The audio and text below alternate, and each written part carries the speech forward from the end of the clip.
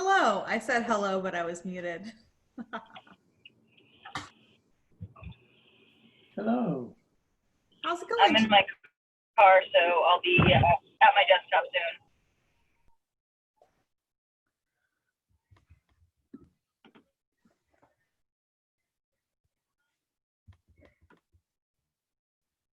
Goodbye.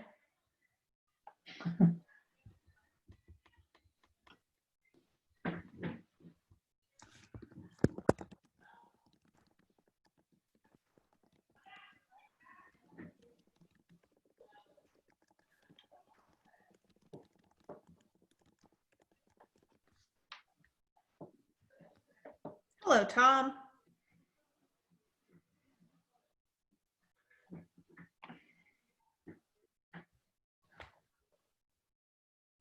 Here she is. Eileen was saying she couldn't get in, but now she's in.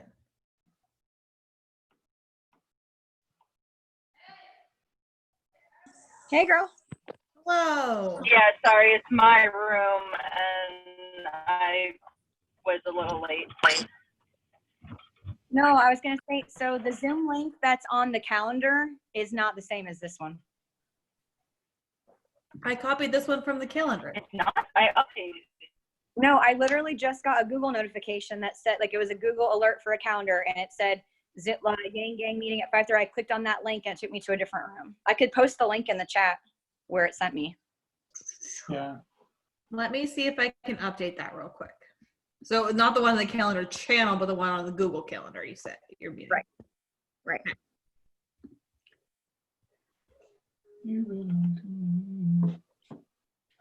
Doo-doo. Today is Sunday.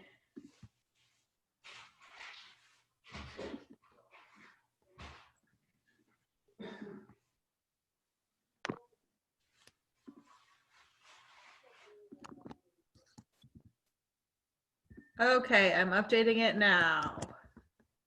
Updated. Cool. Thanks. Of course. Are you facilitating again, Brenna? I will facilitate again. We do need a timekeeper.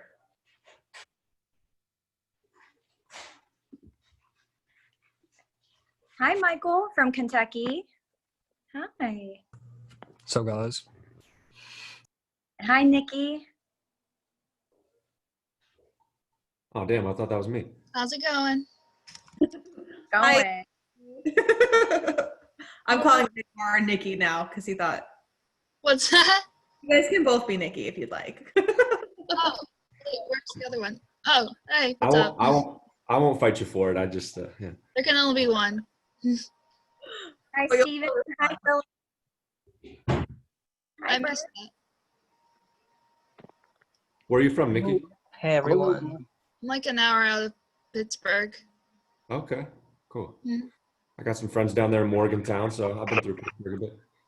Oh, that's not too far. Hi, Hey, Carly. Nick R. What's up, Burke? How you doing, man?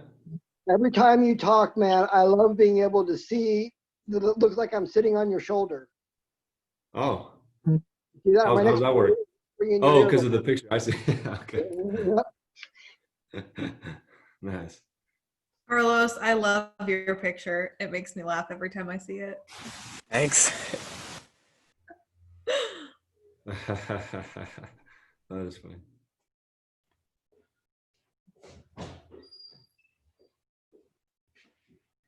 Does anybody want to be timekeeper this evening? Eileen does not. She knows goes. If you really need somebody, I can do it. If you'd like to, you're welcome to. Do you know I the general timekeeping rules for this call? I believe so, but remind me. So each working group gets 3 to 5 minutes to speak.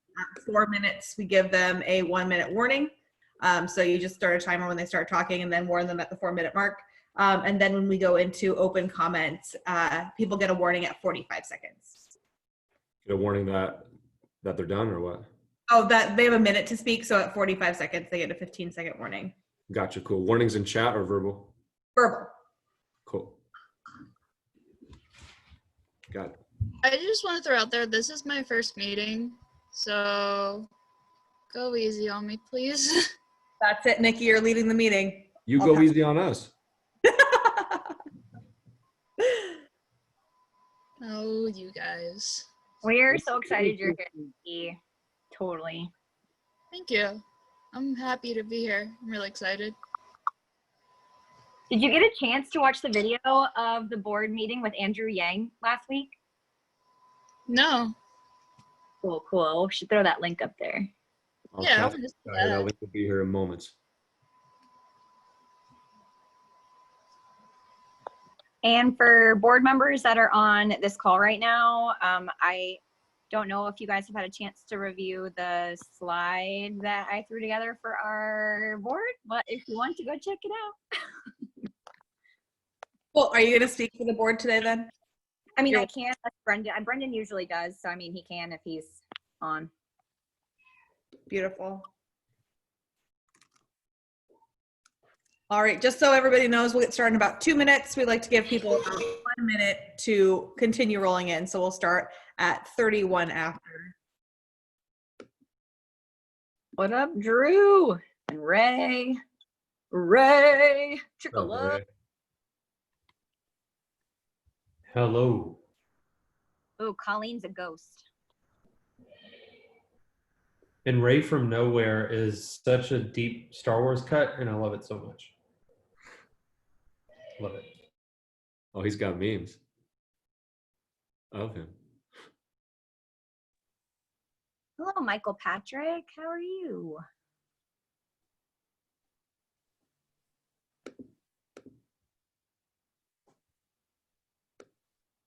Oh, Kimberly, hi. And Kendi. Oh, that's Catherine. Oh my gosh, I feel like I haven't talked to you in years. Hey. Finally Oh, on my laptop. Paige, hi, Paige. Hi, Colleen. I haven't seen you in forever. We got Elaine in the house, COVID crew. Hi, Godney. Let's see. I thought I saw Blair on here for a second. Yeah. Hi, Blair. Oh, you're muted. You're muted. There you go. I'm going to keep mine probably off video because my internet is having a really rough time. It is about to storm. Anybody who's heard me talk before knows I barely have internet before it rains, and when it's raining, not so much. So I'm probably going to stay on off video, but I'll be here and talk whenever we're ready. Cool, cool. Blair, where are you from? Because it's about to storm over here, too. I am in Idson, Tennessee, which is middle of nowhere. Where are you? Pennsylvania. Okay, I lived in Pennsylvania for a bit, outside of Lancaster. Oh, okay. You're like on the other side of me. I'm like an hour out from Pittsburgh. Okay, that's nice. Yeah. See a bunch of familiar faces. It's beautiful and sunny here in San Diego. Here too in Nevada. Looking good in Knoxville. John Marco, your background is making me hungry. Oh man, yeah. I'm like, it's a breakfast bagel. Hey, Marina. Alrighty, it is 2 after, so let's go ahead and get started with our meeting for the day. Thank you all for hopping on for our Sunday meeting. I heard that we have some new people. Don't worry, we'll kind of go over what this call is all about, but you are, my video is off. You are not required to speak or anything like that. We give you an update on what's going on within our working groups so that you have a little more information and you can get involved in some other ways as well. So I'll go ahead and start sharing my screen. And earlier I dropped the link in the chat. I'll go ahead and drop it once more. I'm sorry, GPS. I know I have a lot of tabs all the time. That's why I share like the full presentation. You can't see my tabs. Doesn't have to stress you out too. Okay, cool. So before we get started, I'm going to go ahead and mute everybody. It's not that I don't want to hear your voice. It's that we're recording this and it makes the recording a lot nicer and happier for everybody else. Cool. So let's go ahead and get started. Welcome to the May 3rd, our first meeting in May for our Humanity First Movement Sunday call. So basically what we're going to go over today is the format of the meeting. We'll do a quick overview of what this group is for any new folks. Our reports from working groups, our coalition spotlight section, updates from the board, and then we'll have open discussion at the end of the call. Our goal is to keep these calls as short as, not as short as possible, but with under an hour, just to respect everybody's time, since we do know it's a Sunday evening and y'all have family things to be doing. So we try to start 1 minute after the starting time. Recordings will be posted for anybody that shows up a little bit late. Our timekeeper tonight is going to be Nick R. Each working group is going to have 3 to 5 minutes to present. That goes for our candidates and any other coalition spotlights as well. And then we'll have open comment period at the end. We ask that you keep your comments to 1 minute. At 45 seconds, you'll be given a 15-second wrap-up period from Nick again. So this group, if you are new, what are we? Who are we? We are a network that evolved out of the 2020 Yang campaign. A bunch of different volunteer leaders and regional organizers got together, started this meeting back up to keep people involved and people going. Our goal right now is to harness what was the Yang Gang and convert that into a movement that continues on supporting Humanity Forward movement. And Humanity First movement is our title for our group itself. Each Sunday we host one of these calls so that you all can hear what's going on in different groups and get more involved as well. To read more about who we are, there's a Medium post that was done by Lee Kai out of California that kind of lets you know who we are. One thing to note is we have a new volunteer code of conduct. It's not super new. We've had it the last 2 weeks, and it is based off of what we had during the Yang 2020 campaign. Something weird came up. I'm just gonna copy our link and post it in the chat if you want to read over that to see what that's all about. Our goal is to maintain a Humanity First thought and feeling in everything that we do. The expectations of being part of our group and being on our Slack is that you're going to uphold this code of conduct. So take a peek at it. It just means, like, don't be a jerk, be nice, don't dox people, be a good human, and we're happy to have you work with us. So I'm going to pass it off to Mission and Vision, I believe is the first group that's going to be going. Hey, this is Kim DeVong. I am part of the Vision and Mission Working Group, and you can join our channel if you'd like to help us work on that. So for about a month, we worked on a vision statement. We probably created 70 or 80 sentences and different versions of statements with several rounds of surveys. So currently we're using this one for our vision. Future where a data-driven government prioritizes intrinsic human value and quality of life. And it's not perfect, and it's kind of, still, I know some people have some concerns about parts of it and want to kind of revisit it and things like that. But we needed to kind of have something so that we could start working on mission. But I think the important theme here is intrinsic human value. And that is something that Humanity Forward Yang's organization is also likely going to have as central in their vision and mission, which is still also something that they're discussing. If you go to the next slide, we have some updates on our mission. We just finished doing our initial survey, which we had a lot of responses for, so thank you guys for doing that. And these are the top answers for why Humanity First movement exists. So there's emphasis on Humanity First or Humanity Forward values and candidates, getting them elected, organizing volunteers, growing Yang Gang 10 times into a powerful new coalition in mainstream politics, and also advancing and developing new policies in alignment with our vision. So these are going to be some focuses for us as we start crafting mission statements, and we hope if you want to help in the writing process, then please join us. Awesome. Thank you so much. I'm going to refresh our screen while regional organizing is talking, just because we have an update later on. But regional organizing, go ahead. I suppose I can speak for regional. What happened to my slide? Sorry, I had to refresh. We had an update, but we're going back. There you go. Cool. Yeah, so I mean, not too much to update with regional, except to just say two main things. One, we did break up the map for an outreach initiative. What you're looking at there is not the final regions map because, okay.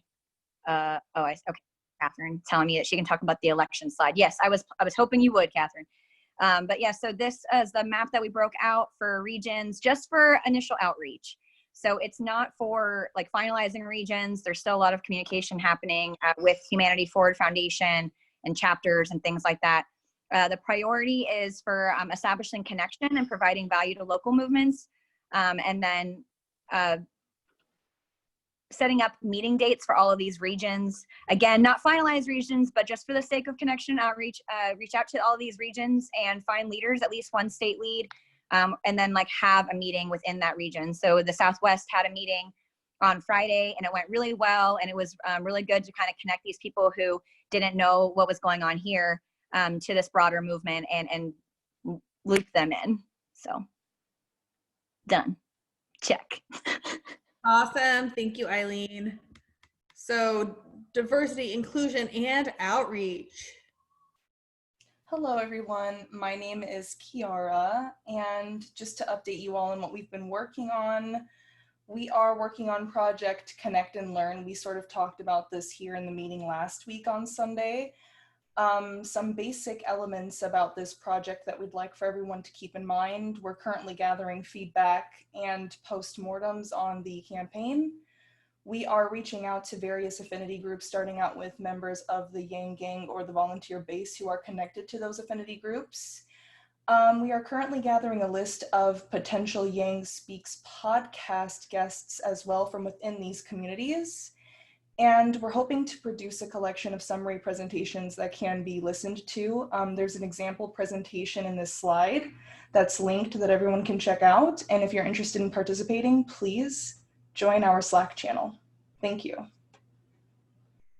Wonderful. Thank you so much. On to working group Grow 10X. Who do we have for that today?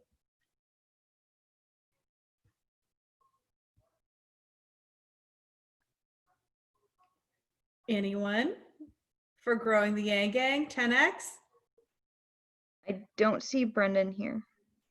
Okay. Does anybody else that's in the group want to talk? I can read the slide, but I will not do it justice. I mean, I can talk for it if you want. Awesome. Go for it, Andrew. All right. So we decided the first thing is to postpone meetings for a little bit until we get the survey feedback back from regional organizing. To make sure that once we start getting the chapter process formulated, then we can then pick from some of the best parts of each group and find what's working best. So that way we can compile all of our best practices from all the former Yang Gangs to write a guide to growth in order to help chapters get set up, Humanity First Movement, Humanity Forward chapters across the country. As it says in the slide, we need a larger critical mass of participation in the working group because the more people we have in it, the more people that can input to our guide for growth and help out. So we did cancel the meeting on May the 7th, but everyone, I strongly encourage you to participate in our Slack channel. We have a lot of good information there. Our next meeting will be on May the 14th in 2 weeks. At 5 p.m. EST. So I look forward to seeing all of you there and sharing your growth strategies. Awesome. Thank you so much, Andrew. All right, onto organization and management.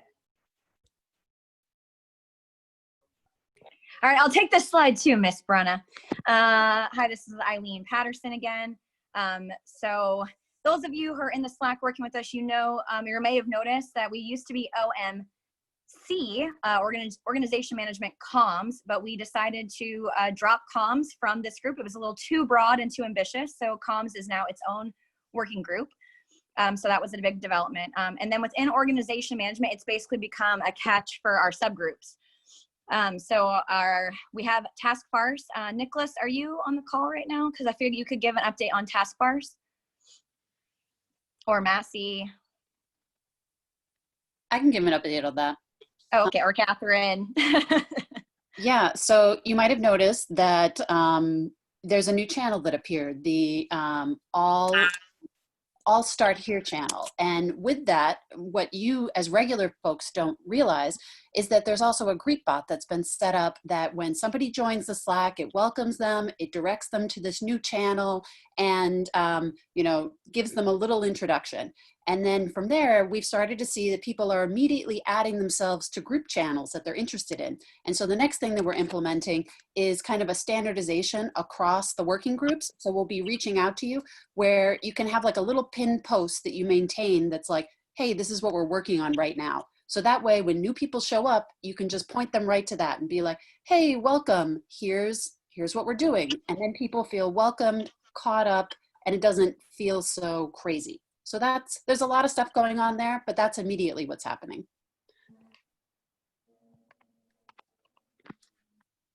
Okay, thanks, Catherine. That kind of leads into onboarding. If tab is on. Oh, that's onboarding as well. Yeah, okay, so I mean, we did do our soft launch of our onboarding, which Catherine alluded to, and there's also like a version 2.0 that's gonna be rolling out. This will be an iterated process. One of the aims of 2.0 are like human touch points. So like this like donut system, which is like this Slack bot thing, and then battle buddies, which is, again, you'll hear more about that, or you can go work with us on it in the channel if you're interested in being a battle buddy or learning more about it. And also like a skills inventory. Another one of our subgroups is decision science. That will go mostly onto the next slide that Catherine will do about the board election process proposal that came out of that group. And then also we created a task force that I'm heading up for drafting organizational policies, which kind of leads into our other subgroup, which is structure. And there are currently 3 org structures that are being pitched and worked on and collaborated together on there. If you're interested in looking at those or learning more about those, you can come to the org subgroup structure meetings. But yeah, more information about the upcoming May 17th election process. I think is the next slide, maybe? There you go. Okay, so the 1 minute. Is that the board is still the interim board because organization management is still working through all the questions that we all have, which is what is our structure, who are the members, who has standing to vote, you know, all of those things. So hopefully all of that will kind of be finished by the time of the next election, which is June 28th. But in the interim, there are 5 board members whose terms are ending on May 17th. Now, because of the feedback we got from the last time, we've made some changes. So the candidate statements are going to be presented in random order. The voting is going to be open for several days to make it more accessible to people that can't participate in these Sunday meetings. And then also to make sure that, you know, there's no advantage to somebody speaks first, somebody speaks second, that type of thing.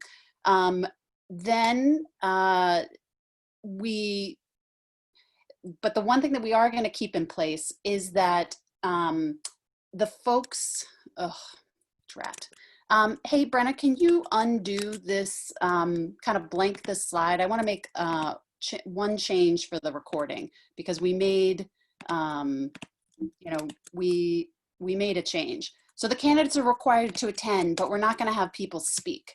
And then the candidates will be announced at, you know, the beginning of the meeting after we check that the folks are there. So that change was just made. So sorry. Okay, sorry. I made that just for the recording. So if you want to reshare it again. Yeah. Oh, I did not. I made the change on the wrong slide. Apologies, everyone, for having too many things open. Let me do that one more time. Voting is, all right, candidates required to attend, and voting closes at beginning of meeting. Okay. All right. Sorry, one more time, refresh it. Apologies, everyone. There was a lot of debating and working right up to the moment. No need to apologize, Catherine. You're a rock star. Thank you for all you do. Well, all right. We're getting a lot of stuff done. Yes, so if you reshare, it should be cleaned up and corrected. All right, sorry, hold please, and we will be back.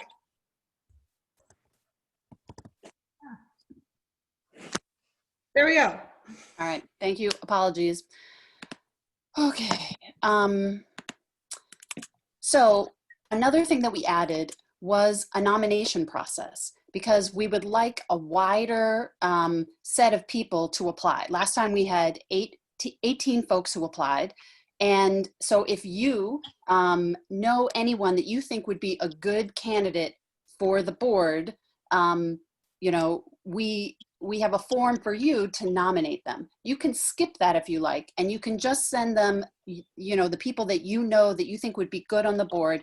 You can just send them the board candidacy link form, and there's no need to have a nomination. People can submit themselves as candidates. They don't have to wait for a nomination. But the nomination process just helps us to have a wider kind of cast of characters. Sometimes people are really super hard workers, but they don't think of themselves as belonging on the board, or, you know, the person that's kind of speaking on behalf of, you know, all the folks all around the country with Humanity Forward.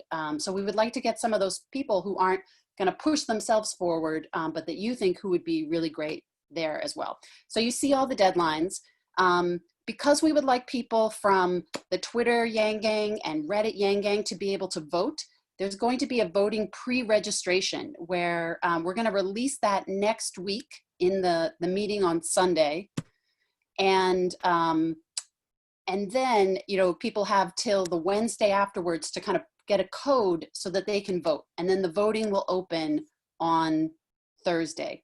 So again, we're making all of these changes in order to open this up to a wider pool of people, so they can have that 11-member body that is speaking with Humanity Forward and Andrew Yang on behalf of all of us, have that be more representative of the broader body all across the country.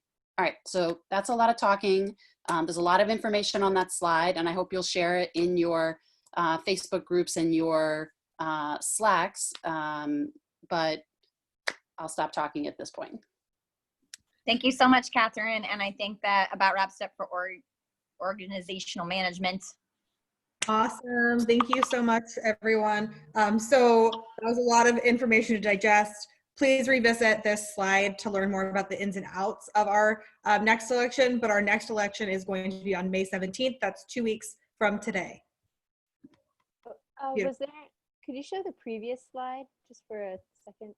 Okay. Oh, that was a different, thank you. Yeah, of course. So working group communications. Brendan. Hey, everyone. So we had our first meeting on Saturday. That's 10 a.m. Pacific time, 1 p.m. Eastern time. So we're hoping for some more participation. But basically, we just decided on the scope of the communications working group. We're going to have an internal side that's about curating content, getting the calendar maintained, the website, and also an external side. It's going to be more for social media, emails, moderation, forums, press releases. So just keeping it simple. We're still getting a feel for what all is out there that we need to be involved in. You know, what social media groups there are, what you know, what is really required to run a tight operation with communications. You know, it's a longer conversation that's going to take a little while to figure out what exactly we need to do. I will say that we are intending to select official affiliates of the Humanity First movement on each social media platform. we decided to do this because platforms are sticky. A lot of people don't like switching platforms, so we got to go to where the people really are. And so our affiliates will be our official spaces where we can push out news, we can have discussion with other people about the Humanity First movement, where we need to go.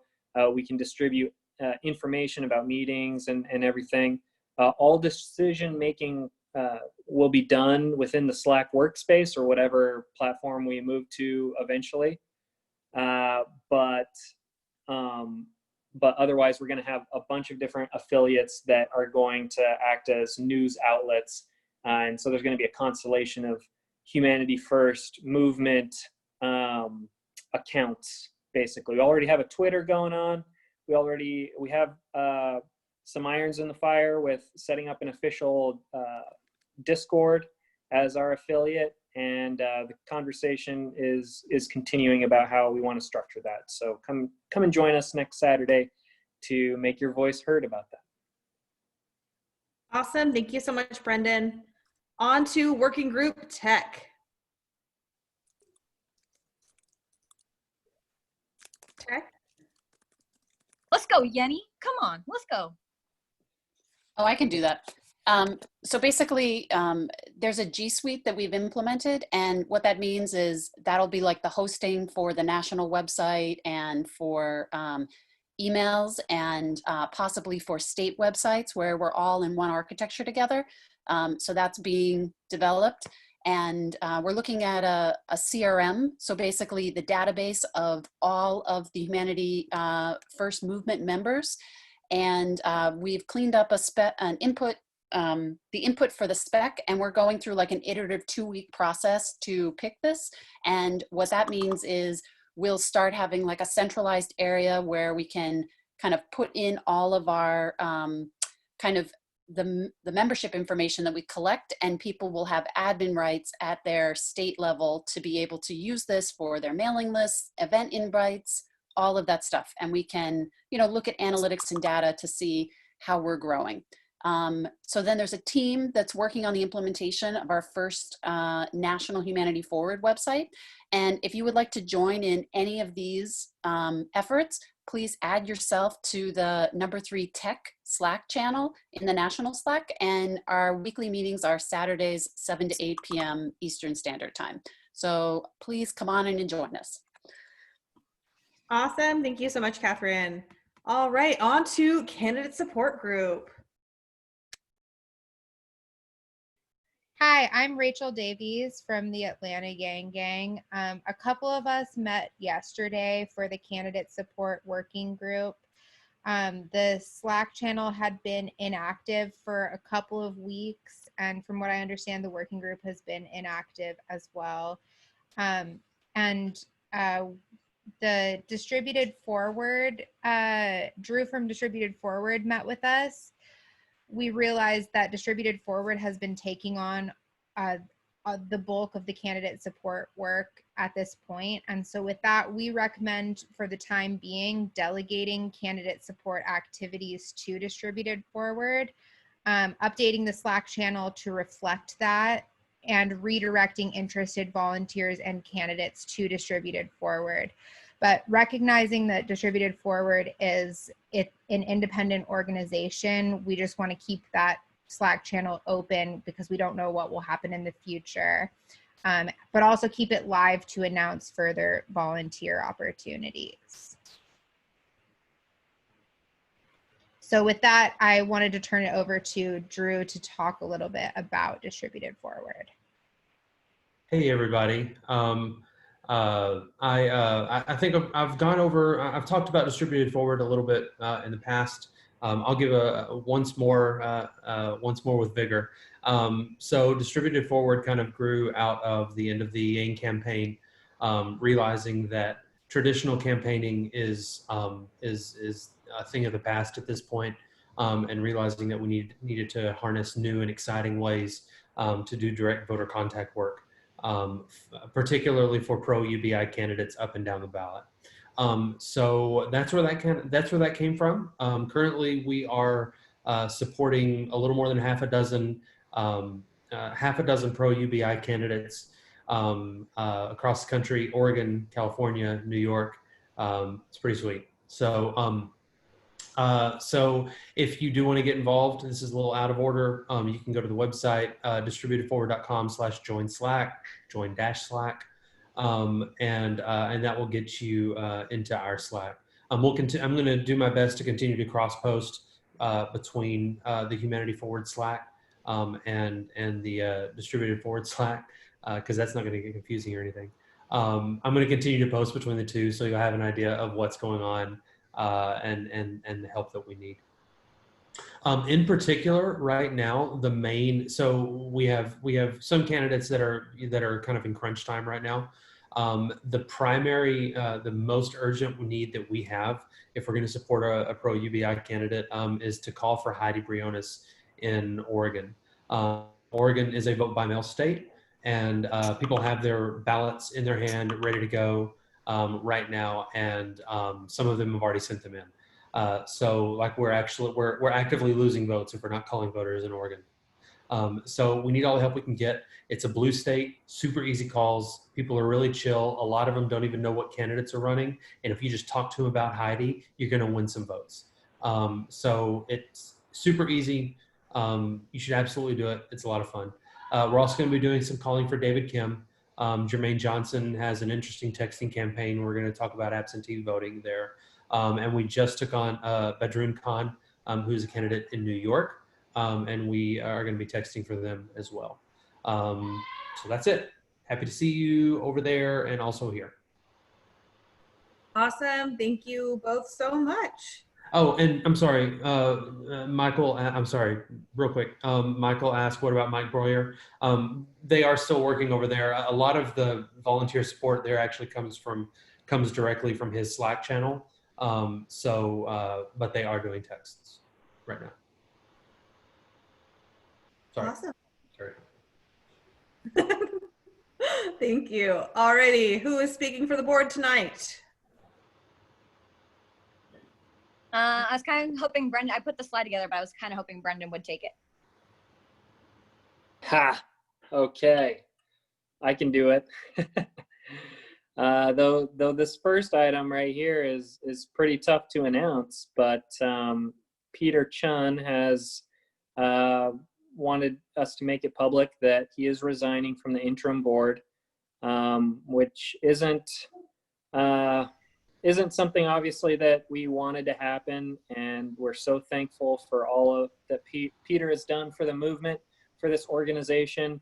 Let me just remind everyone that it was because of Peter and his team that we got meetings started up again after the Andrew Yang campaign suspended, and we got meetings with Zach and Ethan because of him.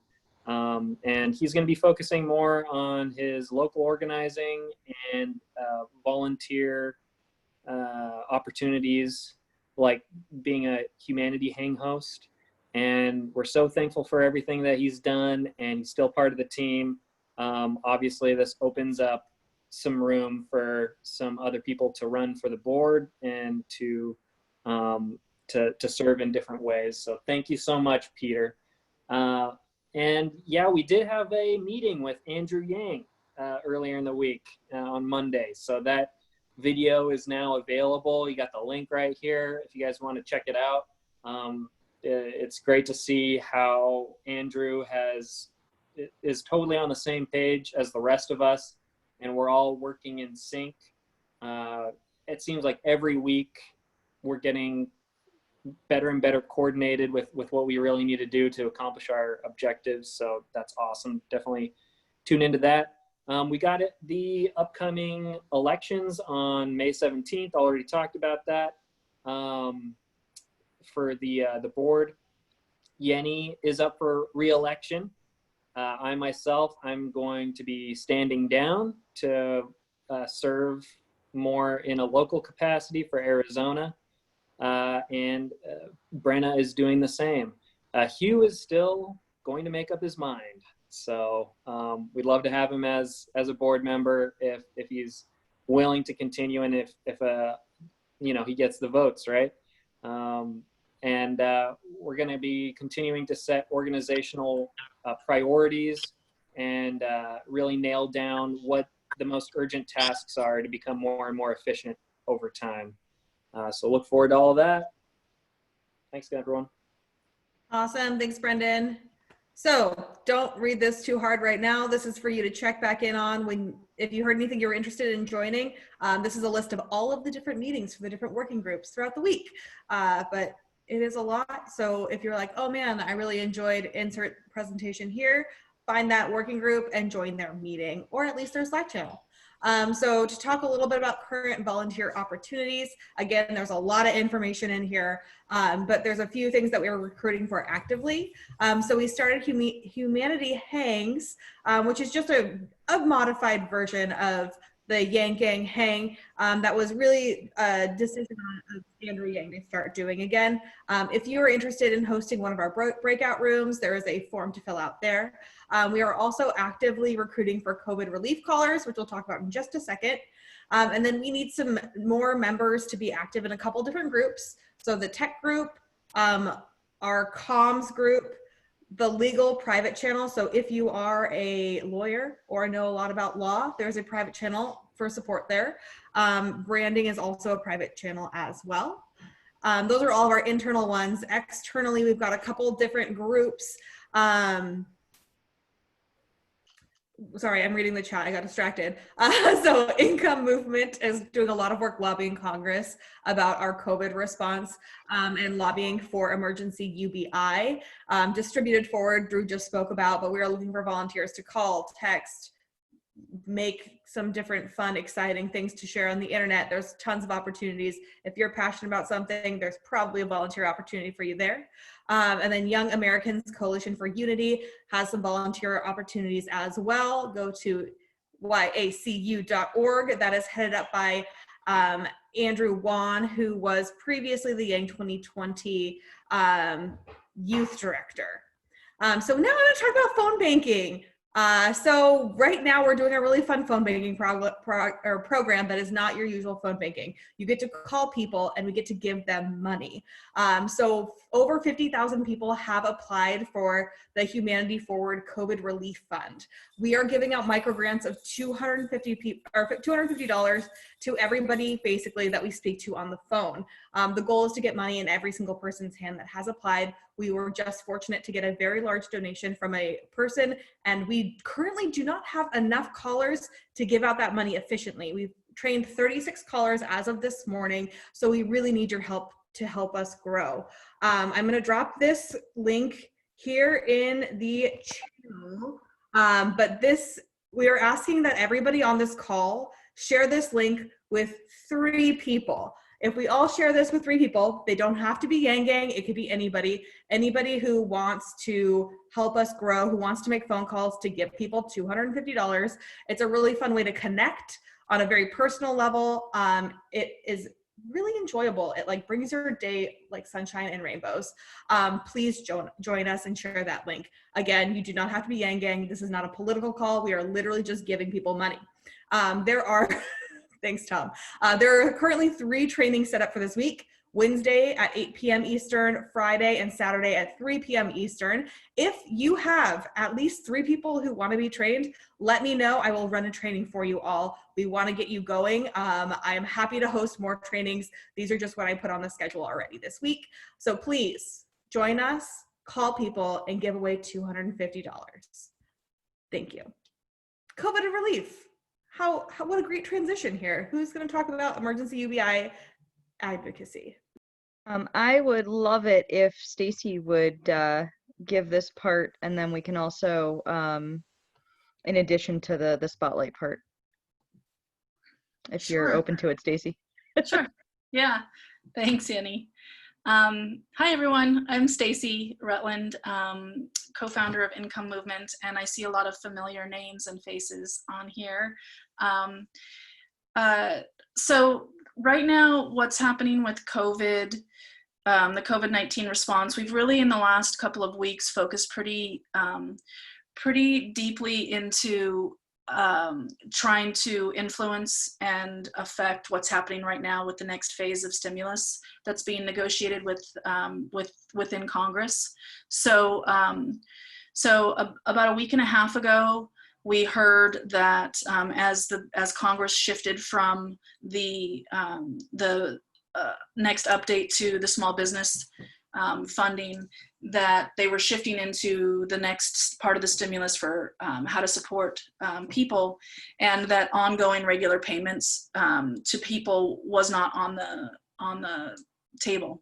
And so we very quickly kind of pulled together a lot of leadership across a variety of different basic income organizations, Humanity Forward, as well as US Big, and we've been working directly with the Economic Security Project on a war room project that they have, where they're pulling together leaders from a wide variety of social justice organizations and kind of lobbying and legislative organizations, specifically on working towards getting making sure ongoing payments is part of the next stimulus. So there's what we basically did out of our sorry, my dog is freaking out because people are coming in and out of my house.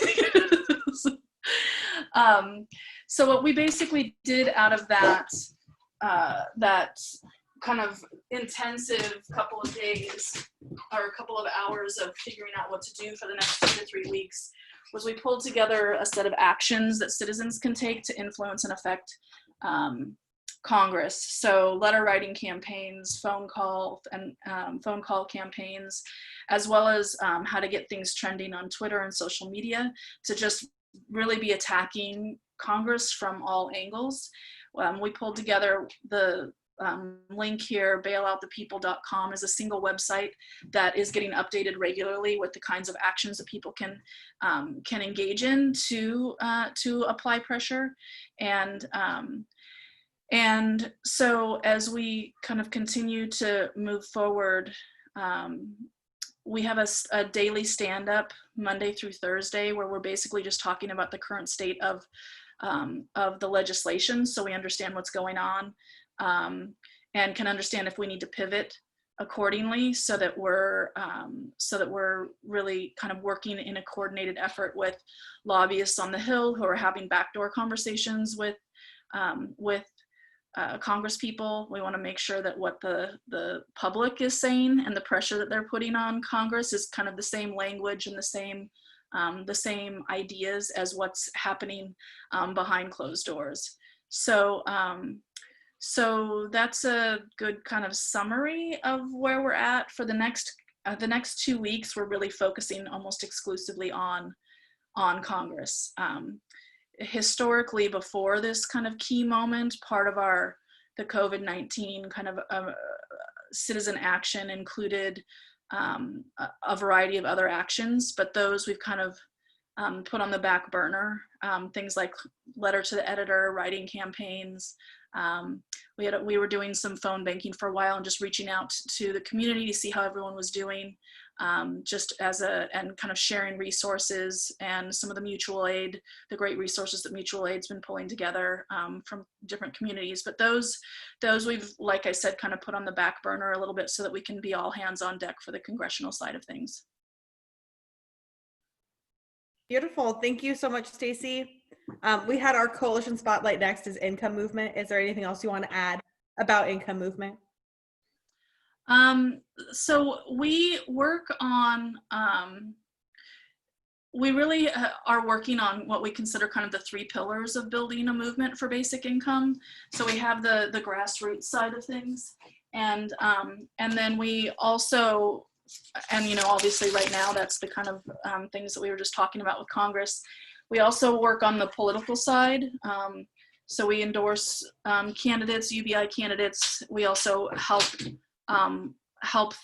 work with the people who are writing legislation. Like we were talking about, Economic Security Project is the organization that actually wrote the helped write the legislation, emergency money for the people, that Representative Khanna and Representative Ryan and now many, many others are supporting and endorsing. And so we've been having conversations with those representatives as well as ESP as they've been having the kind of going through the iterative process and improving that legislation over time.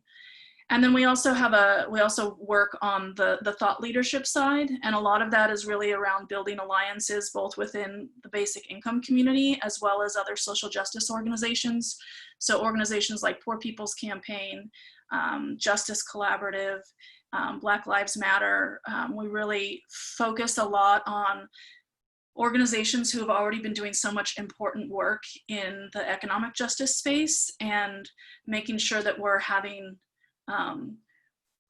real opportunities for conversations to bring them, really kind of bring them to the table and understand what it is that they're working on, how the basic income community can support them, and those kinds of things. So right now we're focused very heavy on this kind of grassroots congressional side, but we have an annual thought leadership retreat that we had in March that leaders from a lot of different organizations as well as leaders within different Yang Gang communities were able to participate. And so we hosted in last October the Basic Income March, organized and hosted that, and we're in the process of starting to work towards the next one in September. We're working with the international basic income community related to that. The Basic Income March last year was in 30 cities across the globe. We had cities on every continent involved and participating. And this year, the international community wants to have 100 cities participate. That's their kind of goal within Europe and Asia in particular. So we have a lot of fires, or kind of irons in the fire, but right now really trying to focus on Congress. I think, I'm sure you all are having these conversations as well. What's happening right now in Congress is something that I think none of us could have anticipated if we, had been talking in February about the idea that that so many different people in Congress would be talking about guaranteed income and talking about UBI as a legitimate solution to kind of significant economic problems. I think we all recognize that this is a key moment to move the balls forward, and really to move the ball significantly forward for UBI. And so we're really trying to focus all of our energy, or as much of our energy as possible, on that very specific thing, because we hope that not only is there a basic income passed for kind of a temporary one, but we also hope that this is the beginning of UBI being in the dominant political discourse all the way through 2020, and then we can carry that into 2022. Awesome. Thank you again so much for joining us tonight, Stacey, and thanks for sharing a little bit more about Income Movement. Y'all are doing some amazing work, so we really appreciate you. No problem. Thanks, you guys. Awesome. So we are heading next to Blair.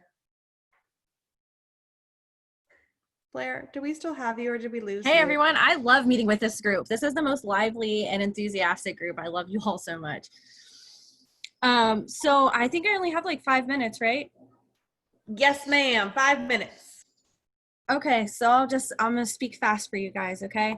So first I just wanna give a quick little thank you to Drew, because he helped out with the texting platform management, and I super appreciate that, and we will definitely get in touch about calling. And Stacey, I wanna give you a shout out too, because you're just doing some phenomenal hard work and out there really just grinding for UBI and making a change in the world.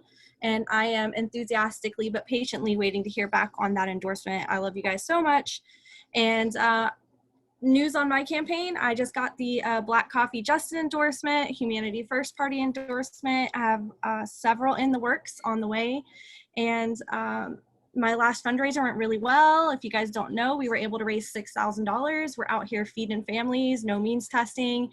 Anybody who asks us for help, we go and buy them groceries, bring it to them. And we've also helped in little spots with some minor bills and just you know, everybody's challenges are different, and that's probably why we're all here and why we all love UBI so much, you know. And I've really come up with this title. I like just saying, like, a UBI warrior, UBI champions, and I'd say all of you are. And I really just hope that you stay inspired and keep doing all of this hard work. And if anybody wants to come help do the hard work, you can go to blairforcongress.com/volunteer. I am definitely looking for more people to come help out, from call banking. I have a fundraiser about to go on right now. I've got to feed the campaign, not just the people, as tough as that is. But I would love to have all of you on board, and I'm trying to check. It looks like you guys have some questions real quick.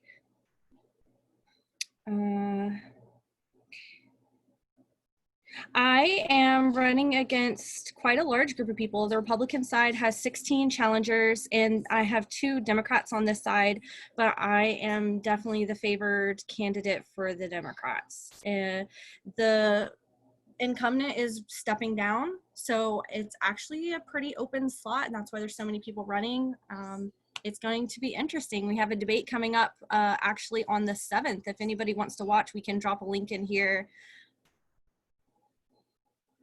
And yeah, I would just encourage you guys all, you know, it's easy to talk to you guys about UBI because we all already love it. We know how it saves lives and how it's going to help people.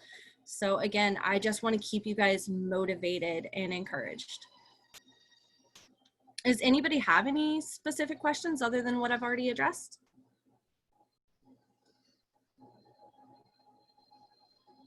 Was the incumbent a Republican or Democrat, Blair? Republican. We've been in a Republican state for close to 200 years. However, we have done a lot of research lately, and the Democratic Party just sent us a survey, and it is very exciting time to be running because it is likely to actually be a Democrat due to some local issues. And I have a Republicans for Blair team that is actually kind of insane, and I try to be as nonpartisan as possible. And it's been very heartwarming to just actually see people drop a lot of the party lines rhetoric. So it's encouraging. Awesome. Any other questions for Blair? Yeah, where do you get the information about, like, is there polling? Like, how do you know that you're the favorite of the Democrats? I'm not questioning it. How do you know?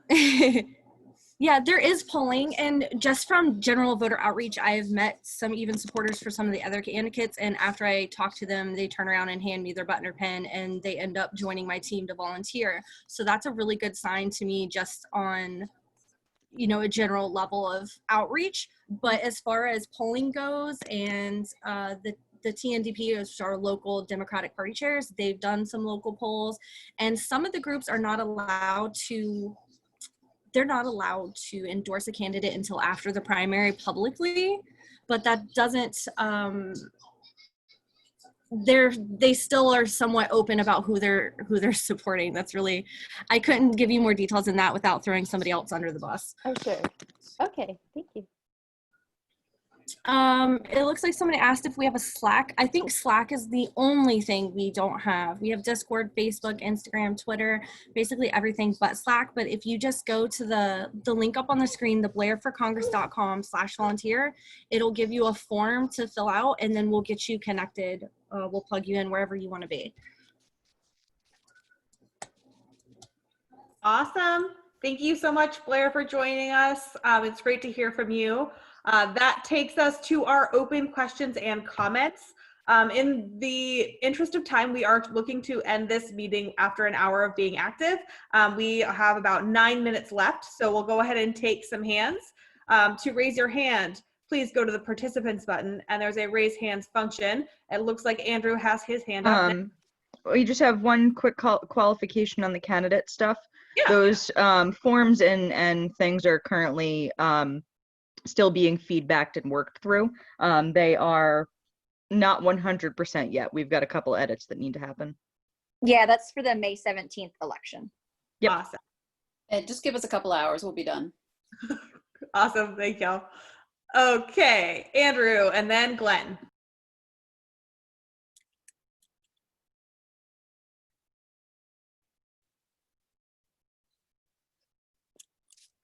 Andrew, did you not have a question? Oh, your hand's lowered. Sorry. Glenn, it's so nice to see you. Go ahead. Hey, Brenna. Just a quick question about the COVID relief fund.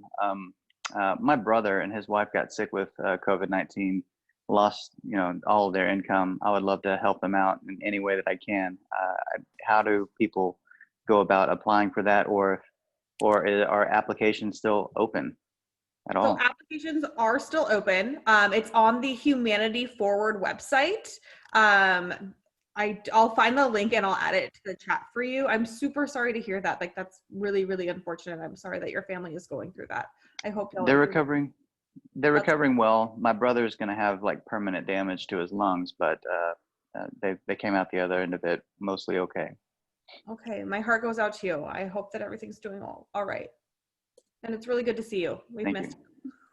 Good to see you too. It's my first time back in a while. All right, I'll get that and drop it in the chat for you, Glenn. Thank you very Faye, it much. looks like you are up next.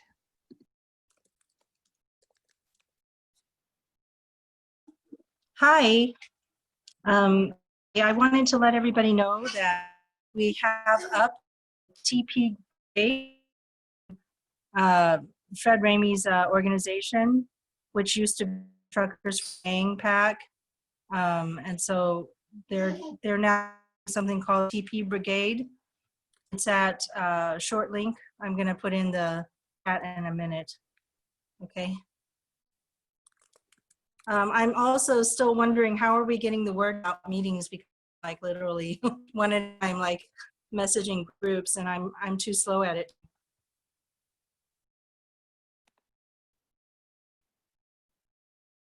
So we are, Hugh, are you on the call? Do you want to talk about plans to live stream? So he is not on here, but we are currently live streaming on the Humanity for Yang YouTube account. And we'll be announcing that better in the future. Yeah, I was gonna say, we're just getting better and better. I mean, we just got our name not that long ago. We're creating a website, and we're getting on social media. Our internal and external comms groups is getting together. So we're just gonna get better and better at spreading the word.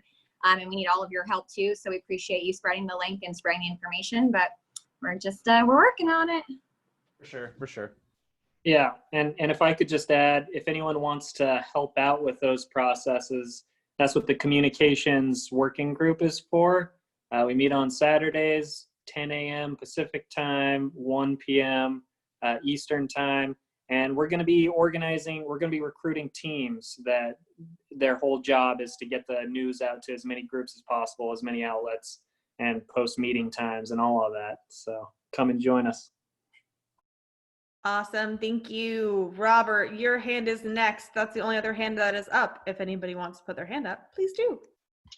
Hey, so I was wondering about this COVID relief fund, the 250, can that also go to, let's say, an organization in Philadelphia? There's Temple University. They've come together and they've used basically their 3D printers. It's TUCAT that they've kind of organized and named themselves that. Like some of the people that run the labs and stuff in the physics department, engineering and such. So I think they may need some more funds for, let's say, they have to refill the 3D printers and such. I know 250 probably doesn't go that long, but I mean, this organization is legit. They've been in the local news. So I don't know if you guys know, Temple University, it's traditionally in a not so great area of the city. I mean, most people know, like University of Pennsylvania, that's our Ivy League. But Temple is one of the, so basically it helps a hospital to build face shields and such. So I don't know if that's an approved use of the funds, but. So as of right now, this COVID relief fund that's through Move Humanity Forward is for individual people. I don't, you can always email them. The email response team will forward things on to the other members of the actual staff. The staff is still like 5 to 7 people. But this particular fund is just to put money in the hands of people to be able to pay their bills. Okay, fair enough. Yeah, analogous to, UBI. So makes a lot of sense. Awesome. Any other hands?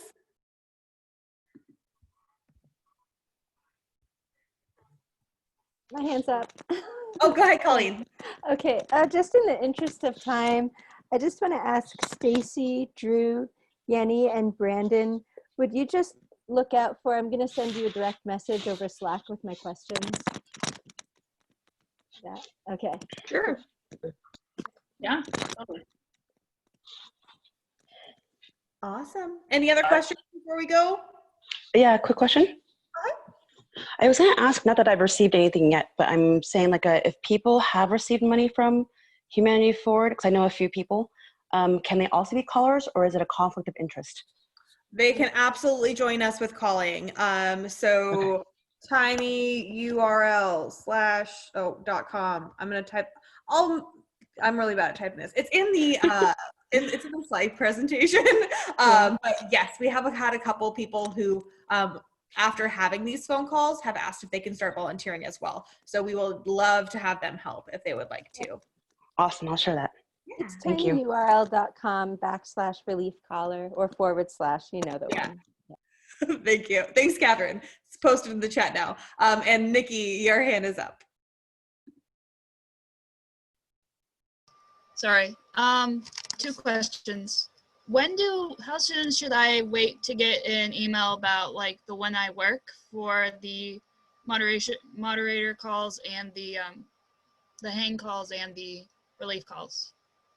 So I sent you one yesterday for the phone banking. If you haven't gotten it yet, I can resend that for you. But you should have gotten one yesterday from me. Or was that Saturday? Yeah, it was Saturday. I don't think I got it. Okay. I can resend it for you. Okay. And yeah. I think And that was specifically, Nikki, I tried to get an email to you as well. So maybe there's an issue with your email address or something. Here, let me type it in. I'm not sure. Yeah. Yeah, send it to them on Slack, not in the chat.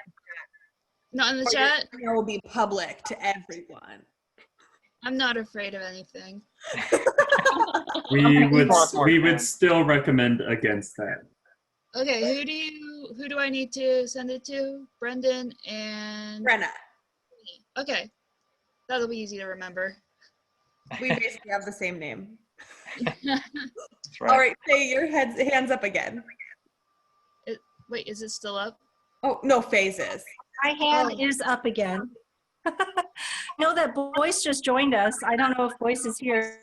Maybe he would tell us a little bit about what he's doing too right now.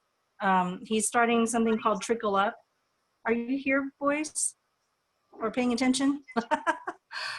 I saw him a Okay. little while ago. I think I saw him leave, though. I didn't know if he I don't think rejoined. you have a mic established. But yeah, I am curious about the Trickle Up.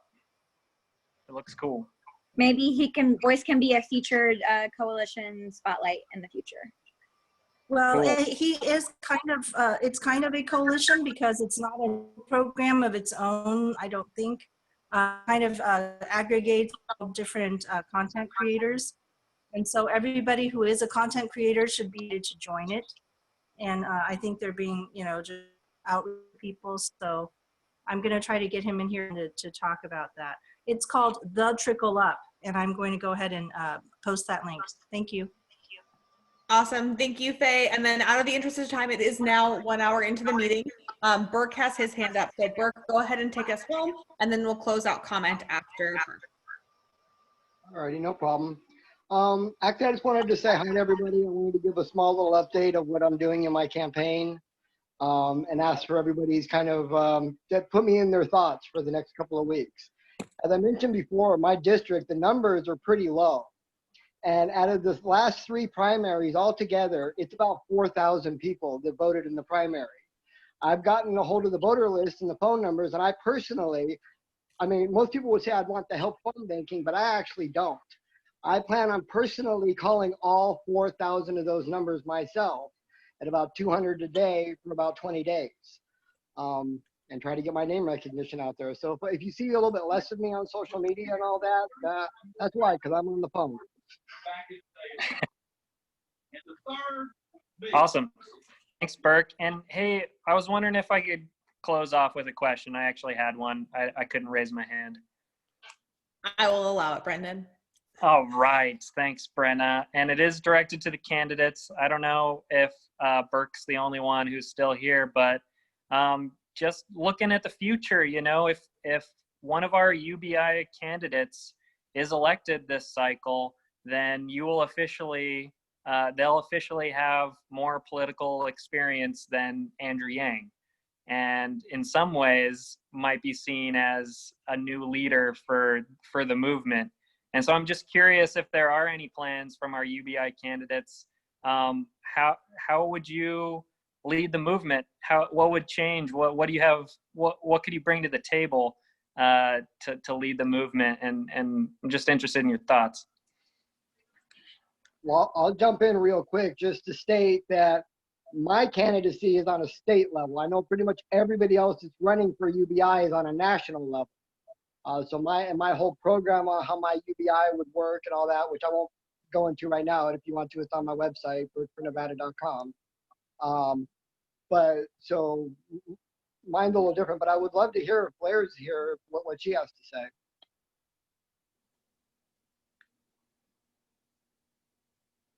Blair, if you're speaking, you're muted. Hey, yeah, I'm here. So I have my 2.5-year-old on my lap crying, so I was trying to not expose you guys to that coming off of mute.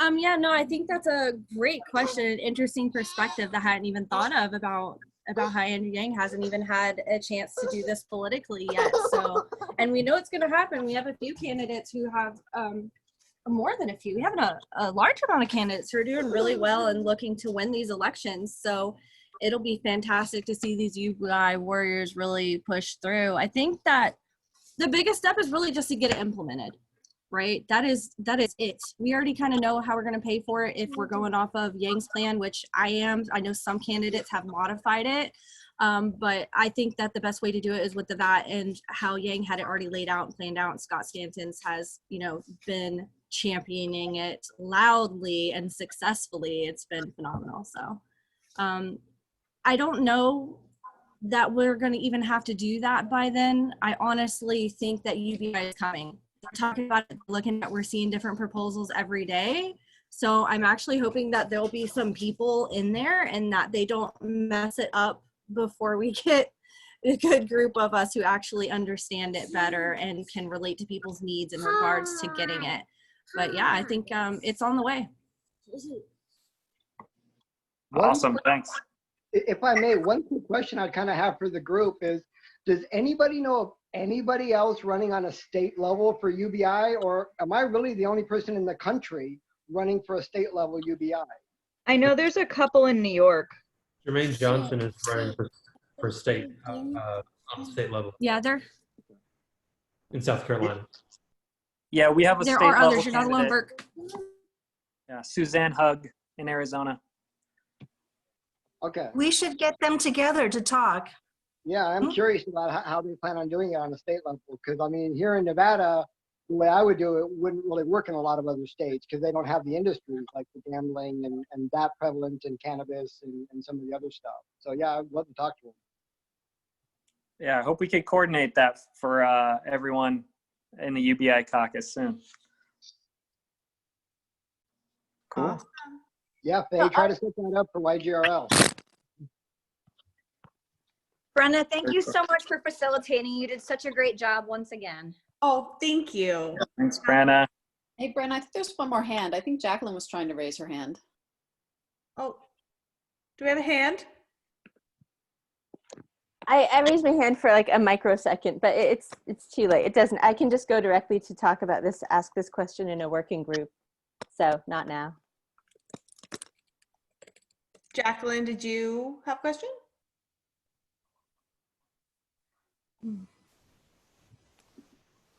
Oh, Jacqueline, did you have a question? Hi, Jacqueline. Hi, Do we have Jacqueline. anyone in the waiting room? No. I'm not really tech savvy. I'm sorry. I'm an older lady and I'm trying to We can hear you now. I'm trying to figure out my way around here and I couldn't find the thing. What was your question? That was my question. Oh, how to raise your hand? Yeah, how do I participate in these things? I'm sorry, I'm not a digital native. I'm 53 years old.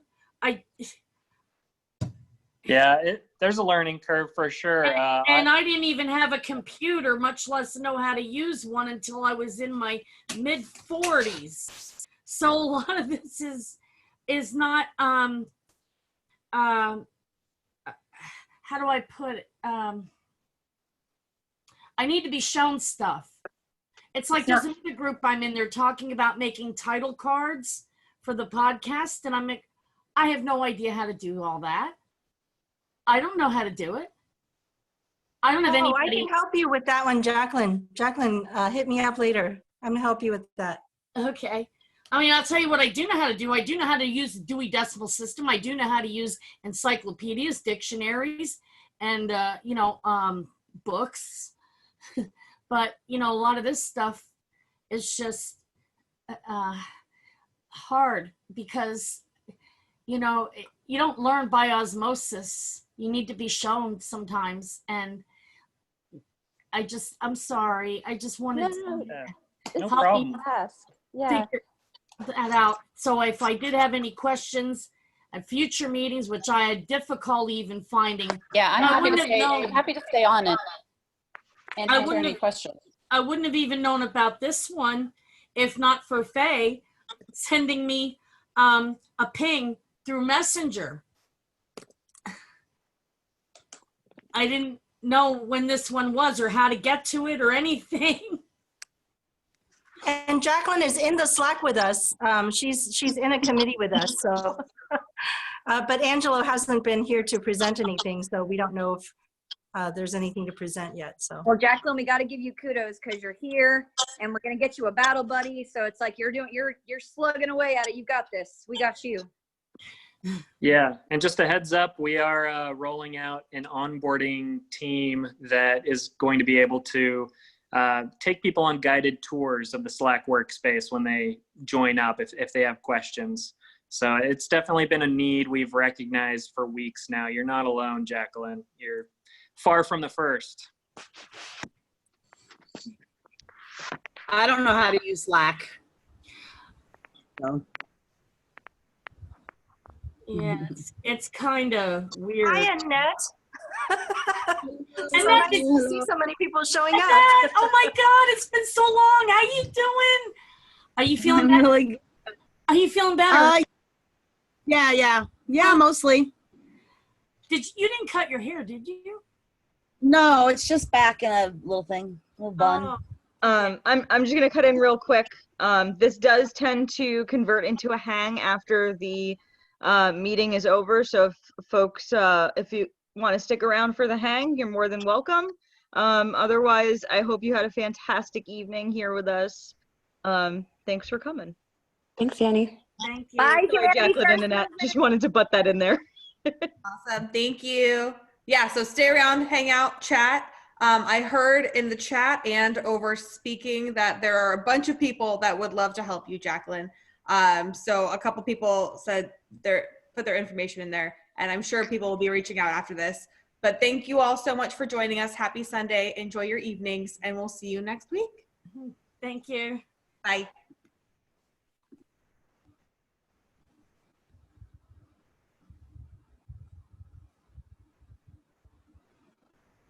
All right.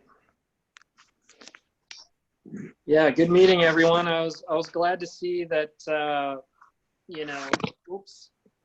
that we're continuing to grow. It's inspiring to see everyone stick with it, even though obviously there's growing pains with the Humanity First movement as everyone gets on the same page, as everyone starts recognizing that we're like the legitimate volunteer organizing partner of Humanity Forward.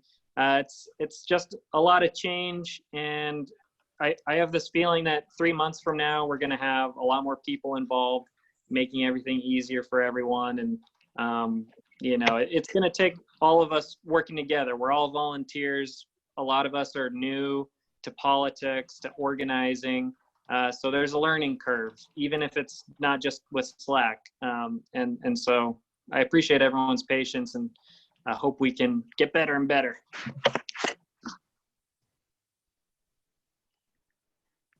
But yeah, Faye, you have your hand up. Hi. Yeah, go ahead. Yeah, so I want to let some of the people know who just came in or who are joining us for the first or second time, something like that, that they're wondering, why am I sending all these links specifically to Sunday Zoom? Because we have a lot of meetings for Slack. There's like, I don't know, 15 different meetings going on every week.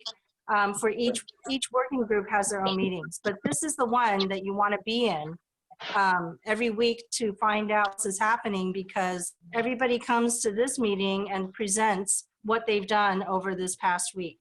So that's why this is the one that I keep trying to invite people to. And then if you come here, you'll get real fast, like, what are all the working groups? Now, since a lot of people probably missed the beginning because I was so slow this time, I was on my phone, I couldn't handle the technology on the phone. If you want to find out more about what actually happened during the meeting, this meeting is going to be available to you in someplace. Can somebody tell them where they can find the meeting? Yeah, that'd be the directory of documents. I'm actually on a different computer, so I don't have the link with me. Anyone else have the link to the directory of documents? I know that on the slide deck, there is always a link as well there, and that's the leadership meetings on the DoD is where all of the stuff from these meetings go. Where do we find the slide deck? Which Slack channel is that on? Is it on a post on a Slack channel? It could be shared again as well. Like you're going to share the link? You mean right here? Yeah, in the chat. Okay, thank you. I'm curious, Yenny, Thank you, Carlos. Are we sharing that Google Drive, or is that just for elected leaders? There's different levels of it. So like if you're in a working group, you can get added to that working group kind of thing. But the link to it is open. We're just trying to be careful about access to it because it does give edit access to the stuff. Yeah, that makes sense. So directory of documents for now is the best. Yep. Yeah, and I'm looking forward to getting that official website published. Any updates on that, Yenny? I know that Aria and Travis are working on it. We're also, yeah. We're no timeline away at it. Okay. I'm honestly not sure. I know that there is one. I just don't. I'm a little brain dead. Yeah, no worries. Yeah, well, I'm looking forward to it, and I can help out if it's WordPress too. Oh, yeah, if it's WordPress, I got you. I've already built the Kentucky website in WordPress. Yeah, we've got Aria and his team is working on it. It is. It looks like it's going to be really awesome. Based on the stuff that they've got also. So. Hey. Yeah, the branding team's working on it alongside tech. I'd love to. Oh yeah, you posted the link. I was going to ask you, Michael. Thank you. I'll check that out. Yeah, we'd love to have anyone who wants to do website stuff join us in the tech channel or in comms. If you wanted help with social media outreach and stuff like that, that's comms. So Faye, what you're doing with sharing the links to everyone, that's comms. So even that kind of stuff is awesome to have help with. Well, I would love to participate in the groups, except that I'm so busy right now. Sometimes I can't get in at the right time, and I forget which meeting is which.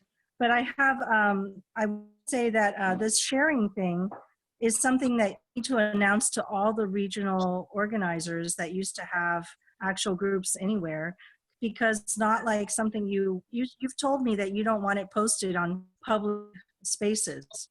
you want the links posted in, like a private chat or something, which means that the groups have to, establish that little chat first. You have to establish a direct messaging group of Yeah, either I think it'll email or definitely be Twitter helped or by having the stream, because the stream's going to be able to be published widely, so that we won't have to have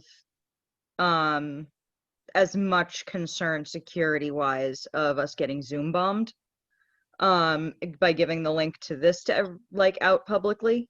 But the stream is something that we can share with everyone. That's true, but you want participation, not just people watching afterwards. Well, it's a stream, so it's live. Yeah. And yeah, that's going to help. Just to respond to that too, both Yenny and I are in the comms group, which is way too small right now. So we're like the few people in the organization that know where things are going with that. But we do want to centralize all the email lists and also have point people for all of our chapters throughout the country to have their own email lists of local members. And so we'll be able to get out the link, just the Zoom link to everyone that way, but we don't have the chapters set up now. Regional organizing is working on that, and they've come up with some great lists, but we haven't gotten to the point where we're able to push out notifications and meeting times and links just yet. We're getting close. Faye made a really great point though. Like, so we're sharing that stream. Who's monitoring the stream for the comments to see if anything can be fed back into the Zoom? I don't know. Maybe it happens automatically, but that would be a nice sort of close the loop mechanism. Yeah, I think this time we had the chat turned off, if I remember what he was planning, just so that we didn't have to mod it this time. But in the future, we want to have mods for it. That'd be awesome. Looks like Jacqueline figured out how to raise her hand. Hey, yo. Hey. Yang Yang is smart. I couldn't make up my mind what chat to wear. There we go. The black works better with the background. I mean, or blue. I just wanted to say thank you to Humanity Forward.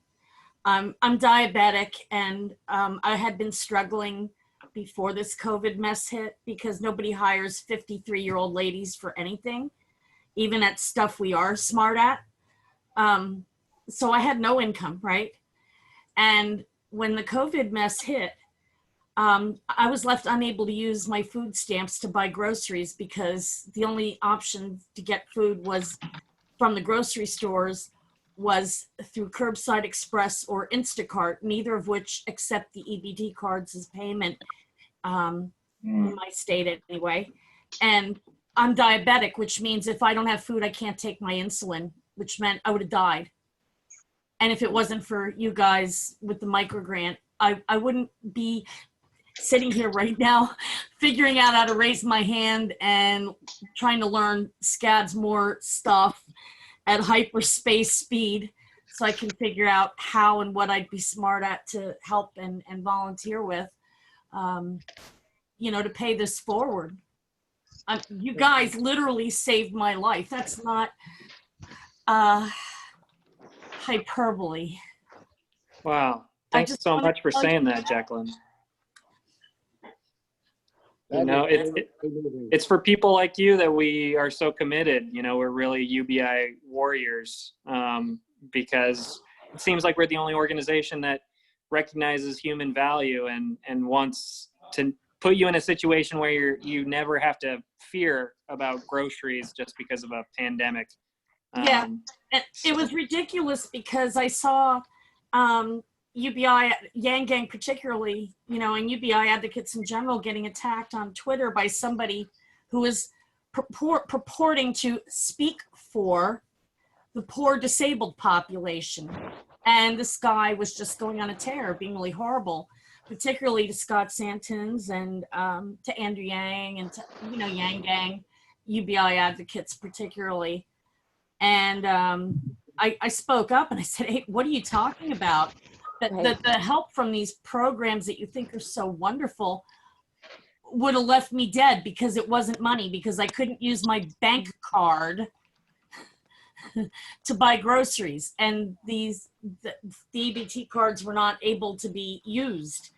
And this is not a good situation. How can you say that this program is better than UBI? You're nuts. Where was that rant shared? Is that on YouTube?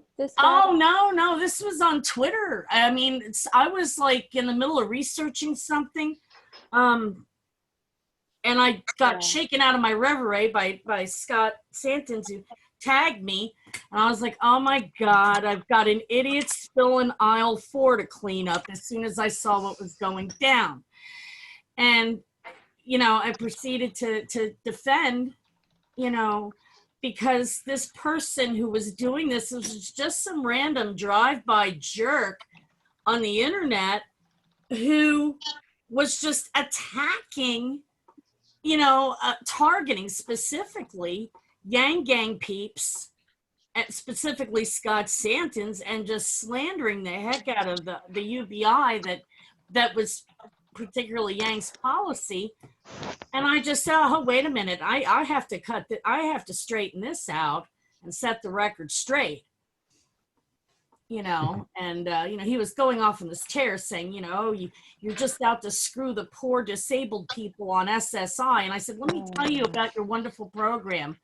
My income is zero because in order for me to get SSI as a disabled 53-year-old diabetic with Crohn's disease as well, I would have to get a divorce, remove my name from the deed of the marital home, and go be homeless out on the street with 2 life-threatening chronic illnesses for the 2-year duration that I'd have to wait out a determination from SSI, of which, of course, there's no guarantee that, you know, I would get it. You know, my sister died from ovarian cancer and wasn't approved for SSI until a month after she was 6 feet under in the ground. So, you know, I had to set this guy straight and, you know, publicly defend. And I just thought, oh my God, you know, how, with what's going on right now with this COVID mess, how could anybody in their right mind attack UBI advocates? It's, you know, it's not funny, but in a way it is funny because it's so absurd. It's just that. Yeah. The systems that are currently in place are a mess. They're not really helping. They're saying we're helping. Not really helping. To your marriage vows of to have and to hold, to love and to cherish until the state do us part.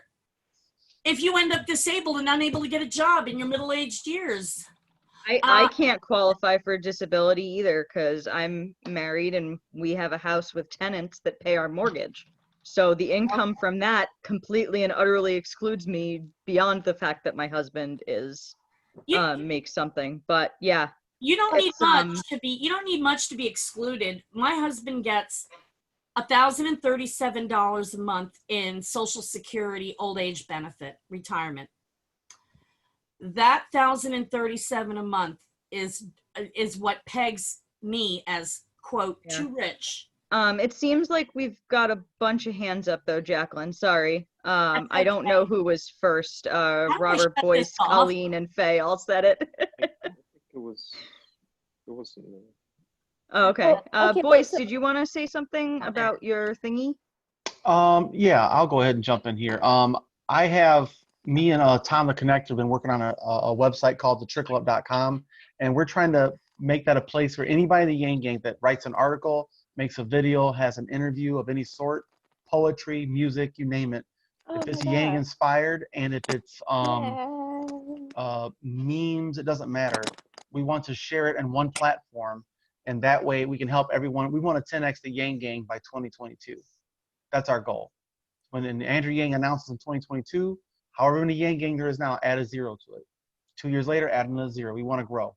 And so we want to offer our website as a place for landing any kind of articles. So we're really looking for people that would like to write a blog post a week, or an article a week that turns into a blog post, or just if you guys want recommendations to hey, would you mind sharing this platform if they have good articles or they have good YouTube content, stuff like that. So we're just looking for people that want to just help contribute to the I guess you say the movement more at the trickle-up.com, and that's our whole point, is just to help spread the message. That way everyone can get everything in one place. And especially for stuff like this, I didn't know this was happening, so I talked to Faye. And that's yeah, so Mike Vicker, Kentucky, yeah. So also, if you just want to email us, it's trickleupnetwork@gmail.com, or you can just, I'm just the Mindful Skeptics. You can just email me or just DM me. It doesn't matter. We've got plenty of lines of communication. But yeah, we're just trying to share people's platforms and make regular content. And we're breaking down Yang's interviews and stuff like that. And so we're just trying to become a centralized hub for information, much like what you guys are doing, just on YouTube and on a website. And I'll stop talking. Boyce, this is Ian Ratner. I'm Blair Walsingham's campaign manager. I think you had been in contact with her about being on your show at some point. Yes, on the Mindful Skeptics Yes, I reached out to her, and then there's a scheduling conflict. That was probably 2 weeks ago. And then all this website stuff kicked off, so I haven't had as much time to do as many interviews, but have her please reach out to me. I'd gladly, this week I have openings on, anyway, just have them reach out. Yes. Yep. And we'll schedule something for sure. Her scheduler, Caroline, will reach out. She's great. Okay. You'll love her. Yep. Yeah, I'm trying to get, that's another thing on my personal channel I'm trying to do is interview every single UBI caucus member that's running for Congress, to give everyone a platform to say, hey, this is me, I'm here, this is what we're all about, and we appreciate your help. Awesome. Absolutely. I had a question to Voice of Skeptic, right? Yes, sir. How's it going, Robert? Considering that you're bringing all those UBI candidates and stuff together, is there a way? Do you happen to be kind of writing it all down? Like, let's say if they all propose UBI, how are they all going to pay it, and for what city? Some things might not work for others. So I'm just kind of curious on what the vast majority of people are actually going to run on, and see if it's feasible, and then maybe I'll try to introduce that to certain, congressmen, council members in my area, and I'll actually have more data to back it up, and maybe they'll try it, but Pennsylvania's gonna be hard, but we'll see. Yeah, the smaller the population, the harder it is to implement. You have less tax revenue to work with. That's what it comes right down to. The smaller you are, the more you got to rely on angel donors. That's all there is to it. Or big businesses that are profiting. Like where I live at in Southwest Michigan, we have a failing, I guess you'd say, society here, where you have the biggest Whirlpool corporation. Whirlpool's headquarters is right here in the most poorest town in Michigan. And they're doing just fine. And it would take someone like them to say, okay, we owe this place money, but they're not going to do it. So, but yeah, mostly it's people that are running on UBI saying they support universal basic income, but there is no real good payment mechanism at a smaller district.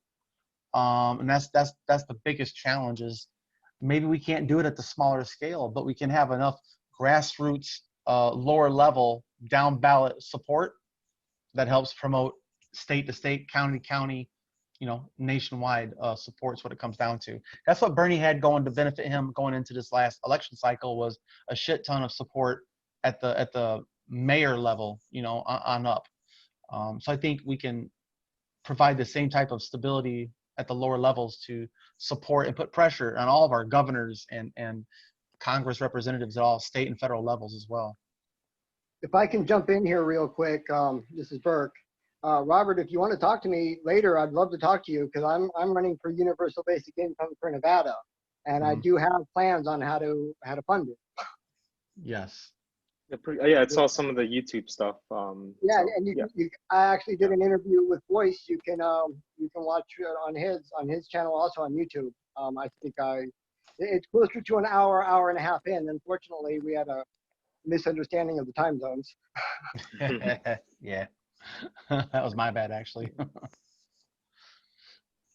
But yeah, I'd love it if anybody wants to talk to me about my UBI. I love it, because I do have a specific plan on how to pay for it. Now, I will say, in Nevada is a lot different economically than a lot of other states, considering that the majority of our income is from tourism.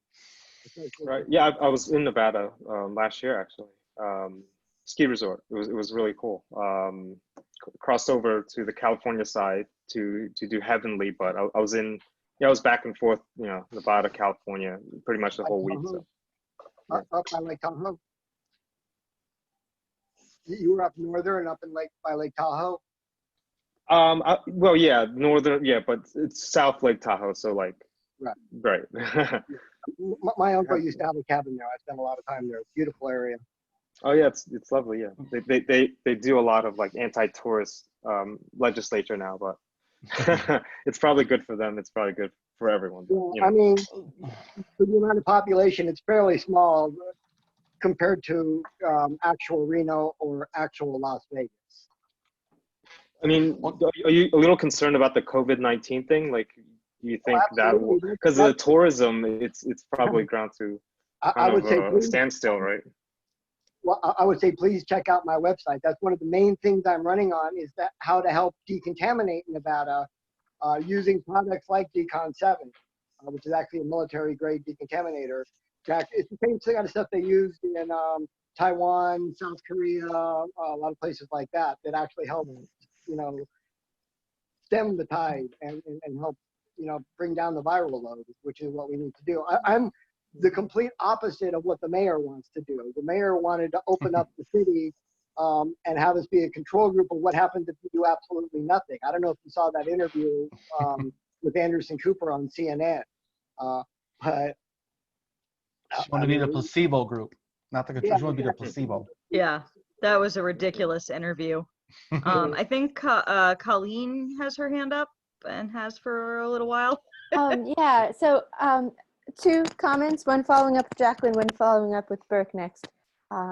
So what would be a working group or organization among the ones that were discussed tonight that would be the place to go to mobilize more information campaign possibly about disability and SSI and how that impacts UBI, maybe reaching out and recruiting people who are advocates for disability. People aren't going to be like necessarily, want to make disability, but anyone who's at the moment we don't really have just as their advocates. Yeah. Actually, Yenny, we have like a parallel thing going on in diversity and inclusion. Okay. We've been doing this project that Kiara talked about called Connect and Learn, where we're reaching out to like different subsections of the Yang Gang, where we're wanting to, for example, connect with people who are disability activists who happen to have been Yang Gang, so we can kind of like that ADOS presentation that Kiara shared, where it's like, this is the set of issues that were coming up, communicating these ideas to this community. And, this is the national agenda or the couple of national agendas that are being pushed within this community. And these are kind of the leading academics or activists that, are very data driven that we might try to get on Andrew Yang's podcast, but basically that we want to learn from. So this isn't quite what Colleen was asking, but there are these active threads going on in diversity and inclusion channel. Okay, yeah, thank you. Diversity and inclusion channel. All right. Yeah, I was going to mention that we also have a whole bunch of issue-based channels that are going to be spinning up once we've got like a little more of the bulk of us setting up as an organization, because that's still in the works. I think that we'll be able to focus a lot more on those issue-based channels once we get the org chart and all of that stuff figured out. This could also be, Ian, for Blair's campaign, that like with working on in the state of Tennessee, if you get an endorsement, if you can reach out, if you get an endorsement from, NAMI, or disability group there, then other NAMI chapters in other states will get word, but within her own campaign, that would be really helpful for Tennesseans to know that they're not voting against people on SSI. So they're not, sorry, they're not voting against what? That by voting for Blair isn't voting against people who are on SSI, that it's not defeating them. And a follow-up with Burke. And Burke, you commented asking if you were the only one in your state or only one running on a state level. I don't think Burke is here. Oh wait, Burke is still here. Never mind. Okay. Sorry. And if you're only one on, this is kind of relevant to everybody, only one running on the state level, and how Nevada could maybe swing it by using gambling revenues. So I was just doing some math on where money comes from. Gambling with, real quickly, gambling was only one of the places money was going to come in. Oh yeah, I was on that conversation. You had a really impressive list. But as far as like, I was looking through in the state of New Hampshire, and you could all do this in your states, looking at where revenue comes from and how it's spent, and looking at different UBI different populations. So maybe you don't start with a universal basic income, but maybe you find a population that maybe could have a basic income. So what I found was the revenue New Hampshire made from the taxes on sports betting in the month of January. So basically the $7.5 million of tax revenue from people in New Hampshire going down to Massachusetts casinos and bars and betting on the Patriots. That money would fund UBI for every homeless veteran, every homeless individual, and every homeless household family member for the year. So that's something I'm going to be telling other people who are running on the state level, just to kind of plant that idea in their head. The one thing about mine is I definitely don't want it to be means tested. As far as I'm concerned, you can be a millionaire or you can be a homeless person. And I do want to I'm not saying yours is solid. Your plan is solid, but I'm saying when we say like everyone else here is a different state. So Right. if you're saying nobody is running on the level of your state, you might find a place that's a step to UBI. So that's like what I'm going to bring up in New Hampshire. Is like you could have a guaranteed income for everyone who's homeless, paid for by betting on the Patriots.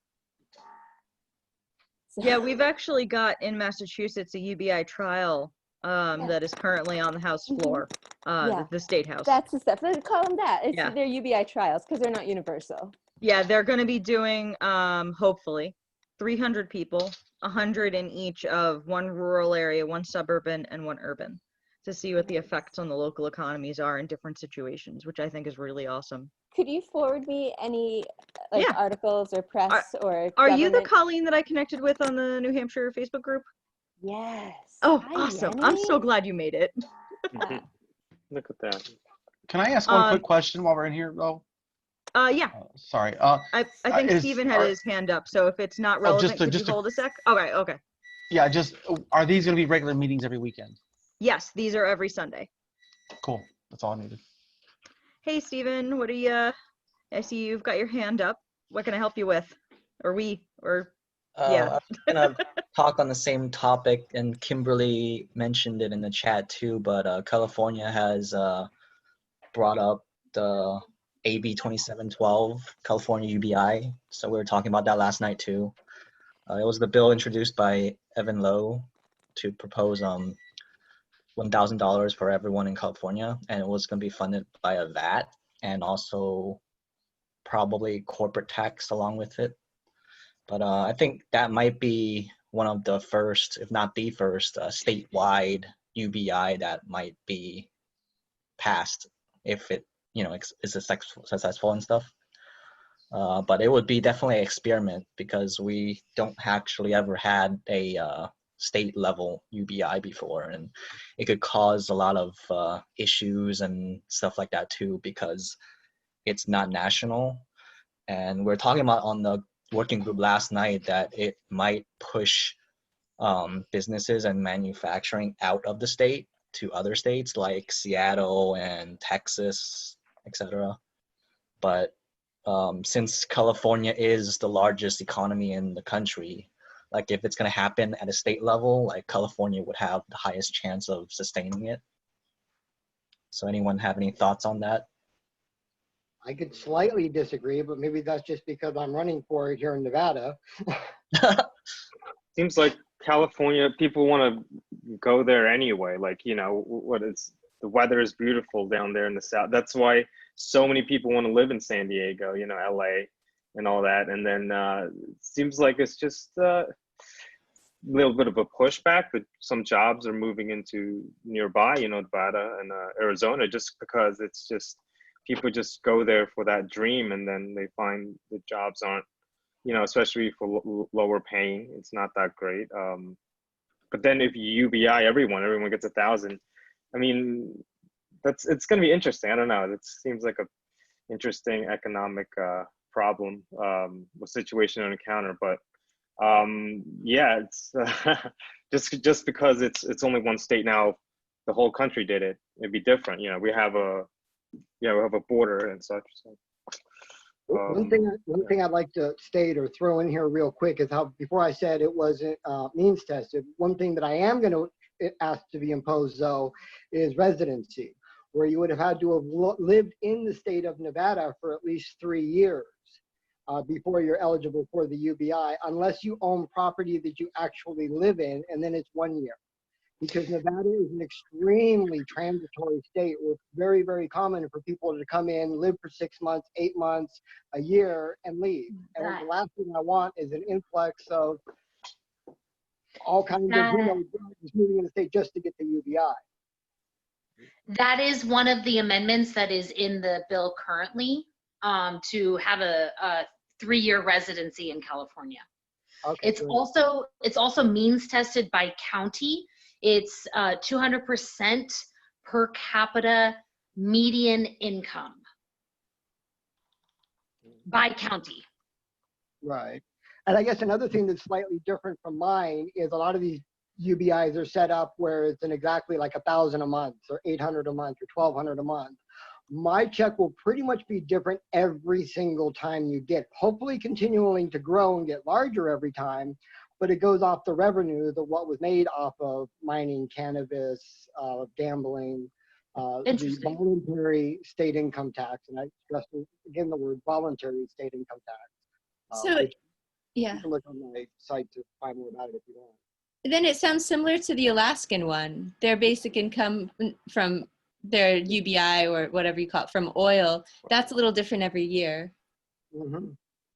Yeah, part of my voluntary state income tax is set up through that, because I plan on having 4 to 5 different prongs of where the little bit from each comes in to form up what you get. And hopefully after it starts running well, then it's like, okay, well, why not throw on an extra penny on alcohol or this or that or whatever, where just the UBI will grow. Interesting. I mean, Alaska is like 1,200 or so a year, so it's a lot lower. So what do you think, Stephen? Do you think of another, you know, another way why that wouldn't happen, and that it would work for California? Like California really wouldn't have a problem with having many more people just flood California. Yeah, the problem with well, people do want to live here, but at the same time, we've seen a trend where Californians are actually leaving the state because it's too expensive to live here. So people are buying properties now in Texas, which is most popular. Is going to be like the new California, where all the businesses are already popping up over there, and houses are more affordable. I mean, you kind of, if I can just cut in real quick, you hit it on the head, right, with what you said. I grew up in California. I grew up in Ventura County. We sold our family home there and got for about $700,000 for it. About 2 years later, we moved to Las Vegas here, got a bigger house, and it was $203,000. Yeah, a lot of people are doing that too, like going to Vegas, retiring over there. My previous landlord was also planning on doing the same thing. He was going to sell his house here and then in LA and then move to Vegas to retire. Yeah, it's actually happening on a smaller scale here in Massachusetts. The Boston developers all started going, hey, wait, prices in Worcester are really cheap, because like you can get a 3 family building for 300,000 or less. And in Boston, that's like $1 million plus. So it's like they're all moving. Yeah. It's not the greatest thing that the developers are all moving over though. It's definitely causing problems with the stock in the market for general regular human beings. Yeah, and I just want to throw this out there. There's also, you could tax carbon emissions at the source and return all that money straight back as a dividend. I think Washington actually had that as a ballot proposition that failed, unfortunately. But if it was like not the only revenue stream for a basic income, you could probably make it more attractive. Those kinds of things, at least here in California, do have to go on a ballot for a vote. So, and most people will not vote for more taxes in general. I don't know what the hurdle is or how that's laid out, but that's my experience. But if you're universalizing the benefit, that changes the equation, I would imagine. Or speaking, I mean, it might hit certain people a lot harder than others. And therefore, 1,000, maybe a drop in a bucket to some, but then you would devastate a certain, let's say you sell gasoline at the neighborhood, gas station. I don't know. Maybe that tax would it would just get pushed to you instead of, you can't even spread it to the consumer. But who knows? That's why it being universal is so important. Yeah, we might even have to do it on an incremental level. Let's say, $500 UBI just on a VAT and maybe corporate tax. And then since things like carbon taxes needs to be tacked on later for a separate ballot, you could introduce that next time and say, oh, we're going to introduce a carbon tax, but we would raise your UBI by another $100 or a couple $100 or something like that. So it's kind of incremental change, maybe. I don't know. That'd be an interesting way to go about it. Because it's gonna be hard to introduce everything together and have people agree to it. They'll be looking at the things differently and separately, because people don't want more taxes. That's why I like that too. That's why here in Nevada, if you look into my UBI and how I'm funding it, the majority actually comes from tourism. Now, we're dealing with people that come here and are used to paying literally $15 for a bottle of water. So taxing on just an ever so slightly more here and there will bring the UBI to Nevada, but the residents of Nevada, for the most part, won't actually have to be putting it in. And they'll be getting the benefits. So it's not actually going to be increasing for the majority of their taxes. Do we know what Humanity Forward themselves, do we know what they say about this issue? Do they have a team, Andrew Yang's an economist. Right. They're five people. Well, one of them just so happens to be Andrew Yang, right? And, he's an economist at a very prestigious university. So maybe, I don't know if his workload probably. Yeah, he's not going to want to do all the now, models himself, but it'd be nice. Yeah, right now, all of the COVID relief stuff, it's taking up 80% of their days. He does have an economy degree, but he's not an economist per se. But it's definitely something that is going to need further everything. But right now, Humanity Forward's really not in a place with all of everything else that's going on with the COVID relief side of things, and just kind of getting started their organization. They still haven't released a mission and vision statement to my knowledge. So they're behind us by 3-4 weeks. So it's they're growing, but they're growing slower because of how much effort they're putting into the COVID relief stuff. Right, which is awesome, but and hopefully it'll be at least on their to-do list. Considering elections up soon, and then November. But yeah, okay, cool. Yeah, Jacqueline, you had your hand up. I just wanted to chime in when you were talking about ways to set this up or start incrementally. just wanted to say that, you know, the problem is with any kind of means testing, and I wanted to reiterate that because it can't be stated enough, is that in order to implement a means test, whether it's, you know, we're going to limit it to people below a certain income to start, you have to then decide on which vehicle or vehicles you're going to use, which mechanisms you're going to use to affect that.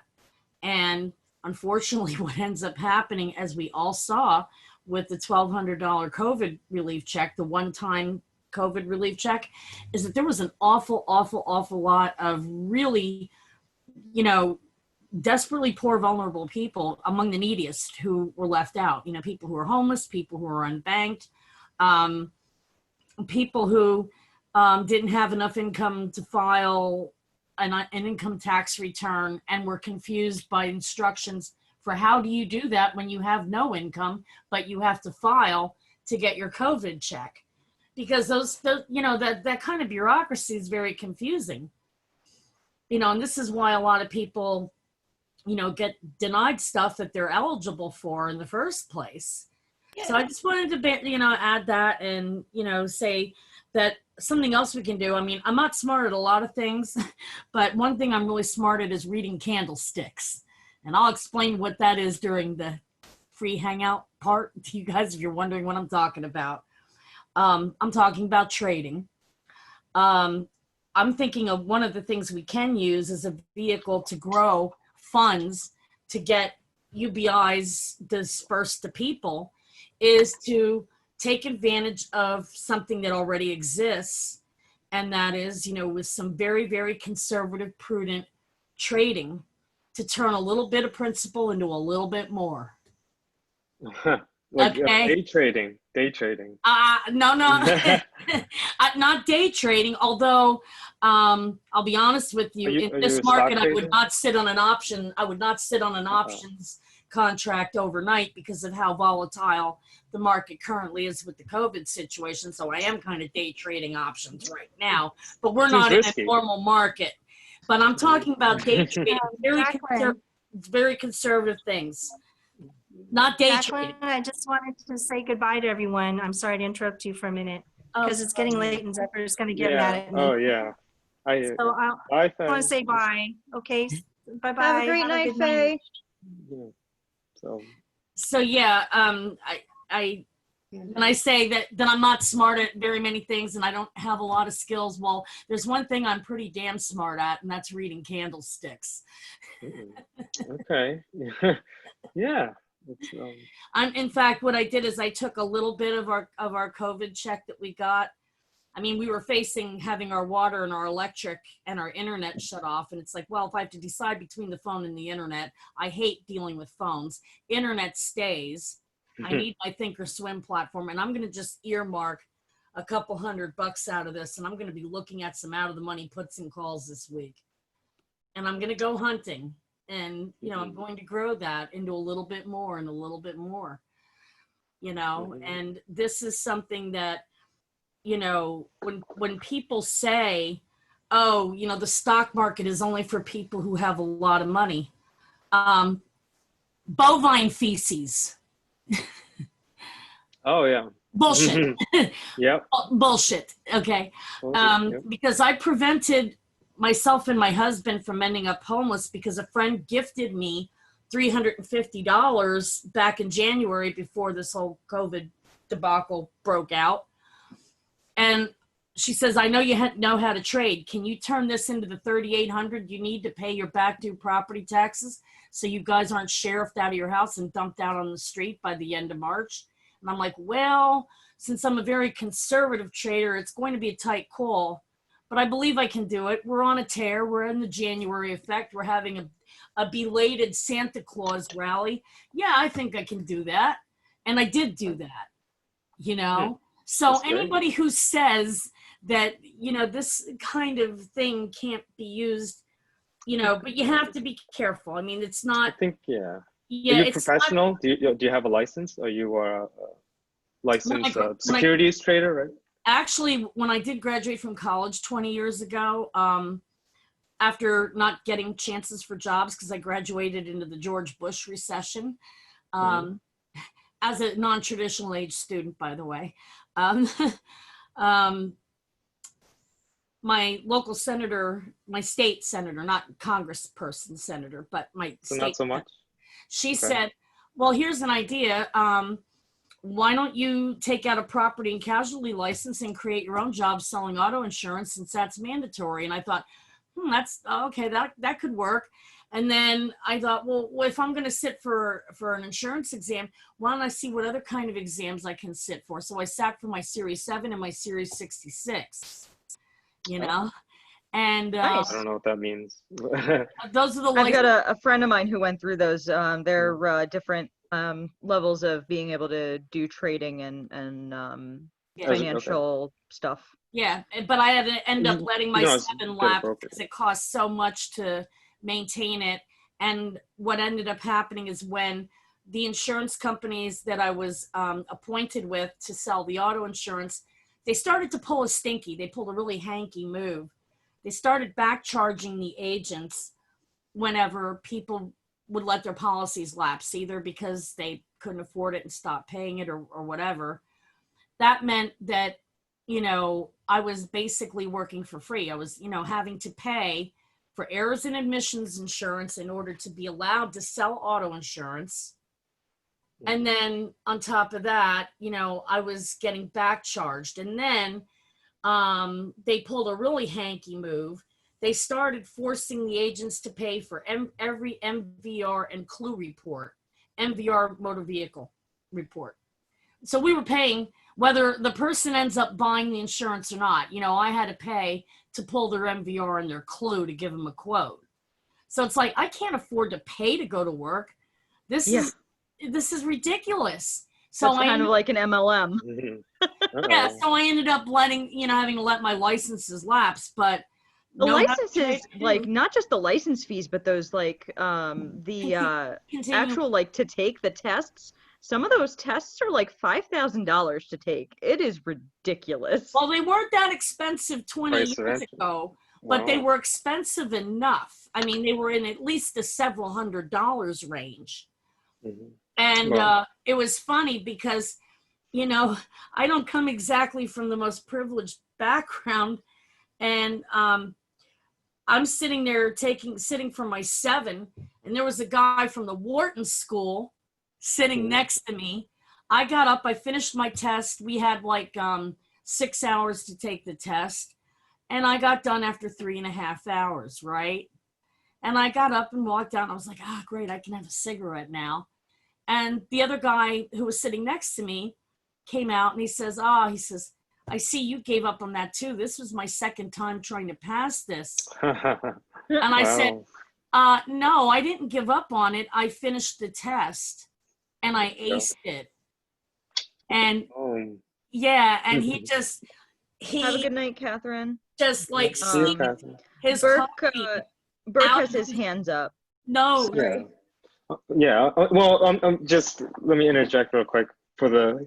So you have a license, or you've had a license, but you know, I think for the rest of us, it's probably good to do long-term investments rather than short-term trading. It seems in order to beat New York, or just, you know, the hedge funds and everybody has like, you know, the backroom handshake agreements and all that. It's kind of a scary territory. So you know. Yep. So Long-term if you're investments scared are of it, good. you definitely need to stay out of it. If you're scared of it, I don't you know. definitely not touch You're it. probably right, but all right, you know, yeah. Well, thank you, everyone. I think that's me. Yeah, it's 10:31 for me over in East. So. Okay, awesome. Have a great night, Thanks. Robert. Bye, Annie. Yeah, bye. Burke, you got your hand up? Yeah, I had a quick question, totally side of like everything we've talked about tonight. Yeah. This is recorded, and I know it's being like streamed. I know the first hour, I guess, of course, is going to be. Do you guys stream all of this also? Is it going to end up being a 2.5 hour stream at the end? No. So I'm pretty sure that Hugh closed it off on the stream after the meeting ended. And then we trim these when we post the video up on the DoD. Okay. Well, feel free to put in any of the stuff I said about my UBI. Yeah. Yeah, it gets trimmed down to the meeting itself.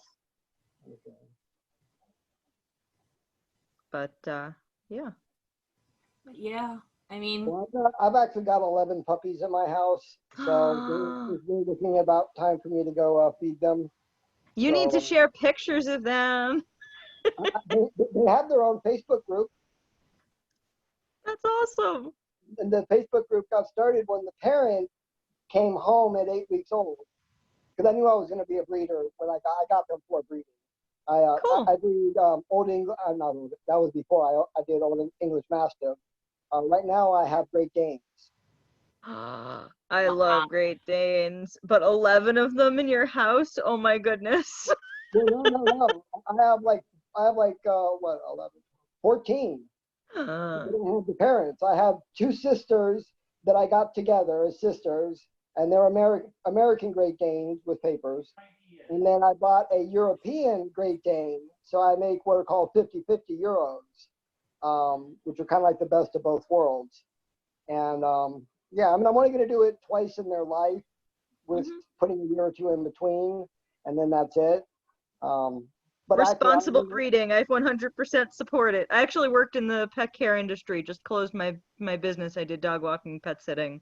But it's yeah, the pet world, people who don't look at those kinds of things and still breed, I just want to, shake them. Right. Well, so I appreciate you doing it responsibly.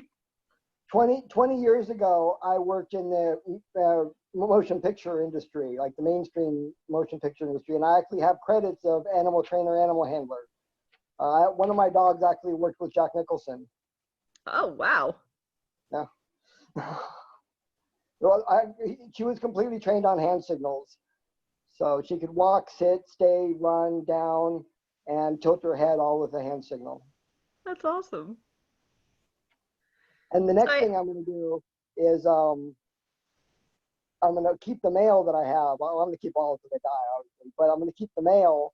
And since he can keep on breeding, even when he gets older, I'm actually going to get an Irish Wolfhound female and called Irish Danes, which I might be one of the only people on this side of the country doing Irish Danes. Yeah, Irish Danes are rarer. Up in this area, it's a Saint Bernard Dane mix, is what I've seen a couple of. They're Great Danes, but then they drool even more. Well, do you happen to know if they breed them with American or European Great Danes? Because European. I honestly don't know. Like my European Great Dane boy, oh my goodness, he knows. I put my hand up, like stop, and he knows that the towel's coming, and I put it in his mouth, under his jaw, around it. He takes it, and then he knows he can get affection. But I'm not touching you, 5 minutes after you drink when you walk up to me, or if it's hot, or if you're hungry. Yep. Yeah, he's a beast of a boy. He comes up to like almost mid-chest on me, the one that I know fairly well. And I'm 5'3", so I mean I'm short, but very tall dogs, and I love the fact that I can hug them and pet them without them like me having to bend. Oh, puppies. Hello. That's Dad. Oh, I can see the slobber on the nose. Yeah, that's one of the mommies. I didn't mean for both my girls to get it at the same time, but if you hold on for 1 second, we'll run through my house. Now, not to sound like I'm mean, but yes, the dogs are kept in the garage, but that's because it's the coolest room in the house. Oh, actually, they're outside right now. My girlfriend put them all outside. They rotate, but these are all the puppies. Oh, they're so sleepy. Morning, guys. Come say hi. Yeah, that would be 11. Puppies are love. And they're all sold. They were all sold by 3.5 to 4 weeks old. Some were sold before they were even born. They're what, 6 weeks? Not quite. They're like 5 weeks for one group, and then the other one is 10 days after, or 10 days, after, or before, however you want to look at it. They're 10 days apart. Oh, awesome. I think one just piddled in the middle there. Yeah, we literally sanitize this twice a day. Oh, easy. And luckily, mom is, not to be gross, but mom is really good on her job. If she sees anything, they take care of it immediately. God.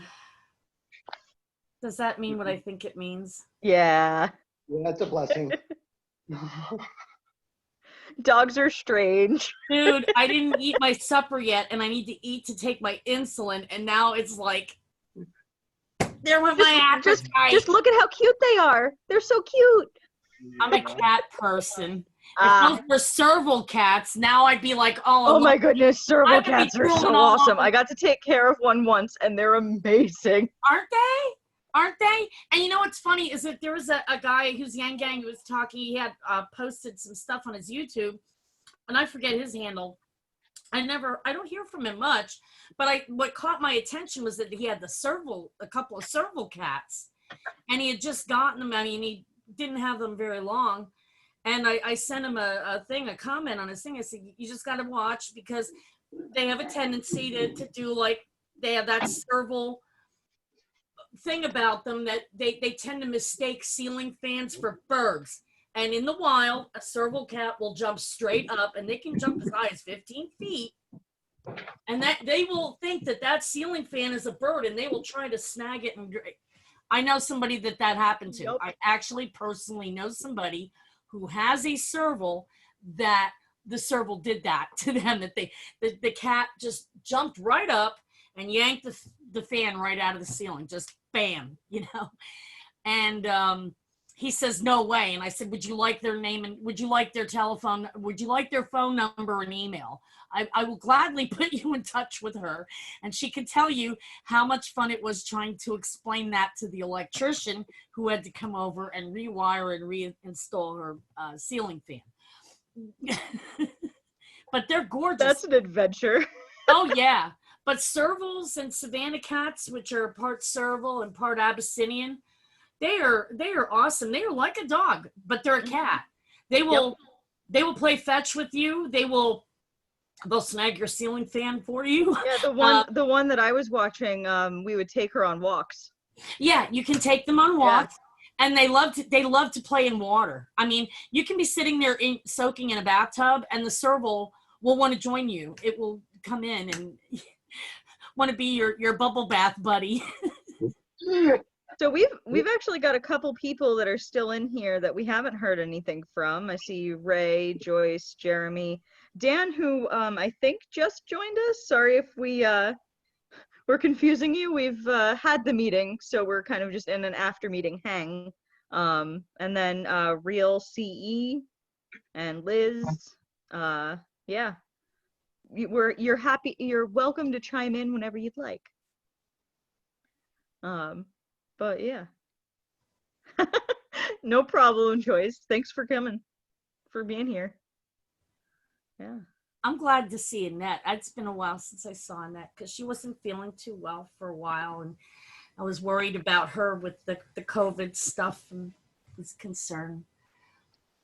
Did you have COVID stuff, or were you just sick outside of Spanish?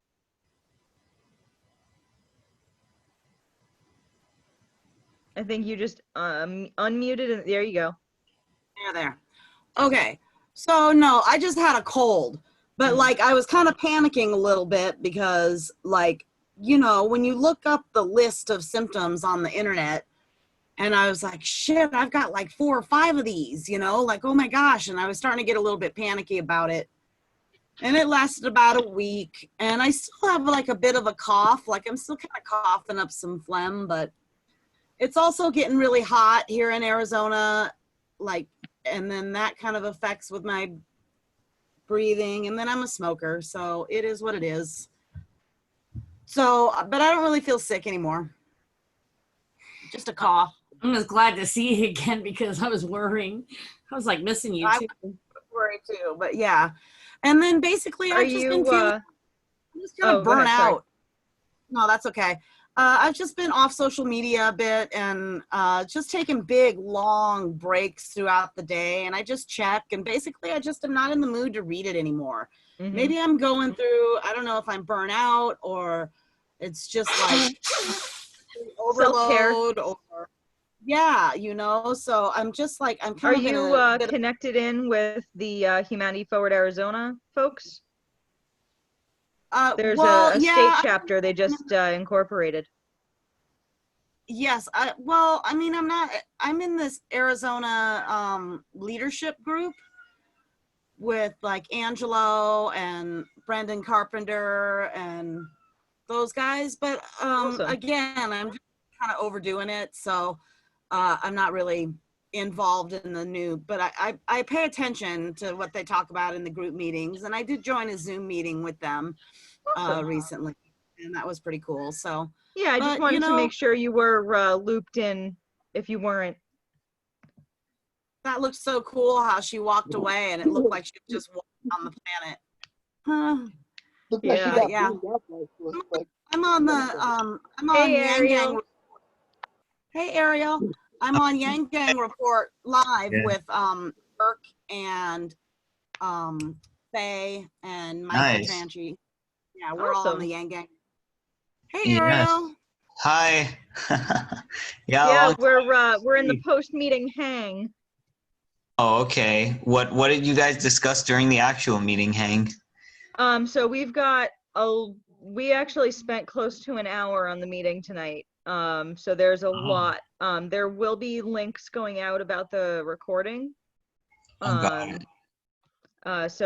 there's we're doing a lot with COVID relief. We're looking for people to do phone banking for that, where you're calling and getting to tell people they're getting $250, This which is really this- nice. This is so ironic that a worldwide pandemic is the thing that actually made Yang the most relevant person in all of U.S. politics. I mean, Ariel! It's a blessing and a curse. I like your background. I gotta do that. Ray, you've had your hand up for a little bit. Sorry, I just noticed that. That's because he's from nowhere.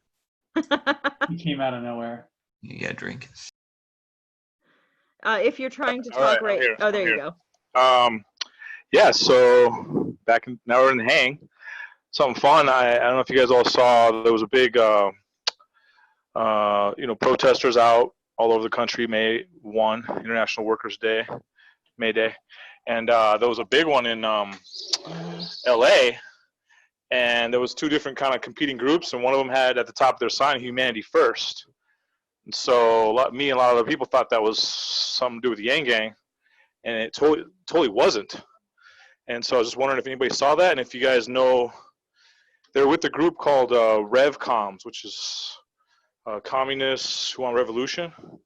And I was wondering if they have anybody knows how long they've had that Humanity First slogan. If maybe that's why we couldn't really get it. Have they had it for a long time, or maybe they stole it on us? They're trying to piggyback. I think they probably are trying to piggyback. Yeah, that was what I was fearing. That was the worst outcome of the two. But I suspect that because I used to run in very, very extreme left circles until I got yanged, and then I burned my my commie card, but not my RadFem card. So I think what happened there is, that this group might have kifed Humanity Forward. Yeah, I think the reason we can't do Humanity First itself is there's an organization based in the UK that's been doing relief in Ghana for over 20 years, and they've got chapters all over the world. They've got Humanity First state name or registered in every state, almost every country, I think. They've got something active in, and I do know they do stuff elsewhere in Africa, not just in Ghana, but Ghana's their primary. So they're the reason we can't do just Humanity First. Yeah, Burke, is that a hand that you left up? Sorry, usually you guys take them down, but Oh, yeah, no worries. I'll take it down. okay. I wasn't sure. I wasn't paying close enough attention. Yeah. Eric did when he said that it took a deadly global pandemic to, I will all be of a right sudden back. get everybody to realize, holy shit, Yang was right. We really do need a UBI. It's like, told ya. Too little, too late. I mean, I can't, like, how much more prepared would Ian, we? I'm co-hosting you while I step away for a short sec. Yeah. I'm going to have to go grab my coffee, but keep talking, Ariel, because I have my volume turned up so I can hear speakers. If I run into the kitchen to get my 10th coffee refill for the You day. need some more energy. You need some more energy, Jacqueline. Pump up the caffeine. Damn straight. I'm an old lady. I need lots of caffeine. So You're starting to nod off there for a bit. Huh? I said you were starting to nod off there for a bit. Just kidding, just kidding. Ian, you're from Tennessee? I am from Tennessee. Oh, Smoky cool. Mountains right behind me. Oh, nice. Where's Southern accent? Oh, no, I'm originally from New York, so yeah. Oh, okay. Well, that makes sense. Okay. Where are you from, Ariel? Under the sea? Los Angeles. Oh, okay, close. Well, soon to be under the sea. Over yeah. With climate change, maybe. Yeah. I was thinking like the earthquakes, but yeah. All right, something like that. Smoky, yeah. California. It's not all it's cracked up to be. Yeah, it's like the homelessness is terrible here, and yeah. Lots of if there's a natural disaster, it's happening in California. You know, that's one of the challenges. But we went on a great road trip there a couple summers ago. Saw all the coastal parts of the state. It was beautiful. Oh yeah, yeah. I've worked quite a few of the fires in California. Really? Yeah, I used to work for a first responder unit. We go out during natural disasters and mainly forest fires, and we would feed the firemen on the line. And we're basically a mobile kitchen unit of anywhere from 4 to 12 semis that would roll out and feed everybody. Wow. We saw remnants of fires there. The big thing for us was mudslides, though. So yeah, earthquakes, mudslides, fires. But doesn't riots, your area have like tornadoes that just like rip through the place? Nashville does. Yeah, Nashville had a really bad tornado recently. Grandma's gonna be like flying in the stratosphere. It was yeah. Yeah. Ariel, fuck off with the grandma shit. I'm sensitive to that crap. God damn it. Is there coffee spiked, Jacqueline? You got some No, I'm naturally full of piss. Some Jameson? No, I'm naturally. You got the Irish donkeys. Were you from Massachusetts? No. I'm actually originally from Philly, but I've been living in Erie, Pennsylvania. Okay. Pennsylvania for the past 18 years now. Yeah, I went from a city of 1.6 million to seeing a real cow in person and running the other way because I didn't know how big those fuckers were until I saw one. I was like, that thing could kill me if it got mad. I'm out of here. Wait, do that again with your arms. It's really funny what it does with the background. What's that? No, when you move your arms like that, like your arms disappear. Yeah.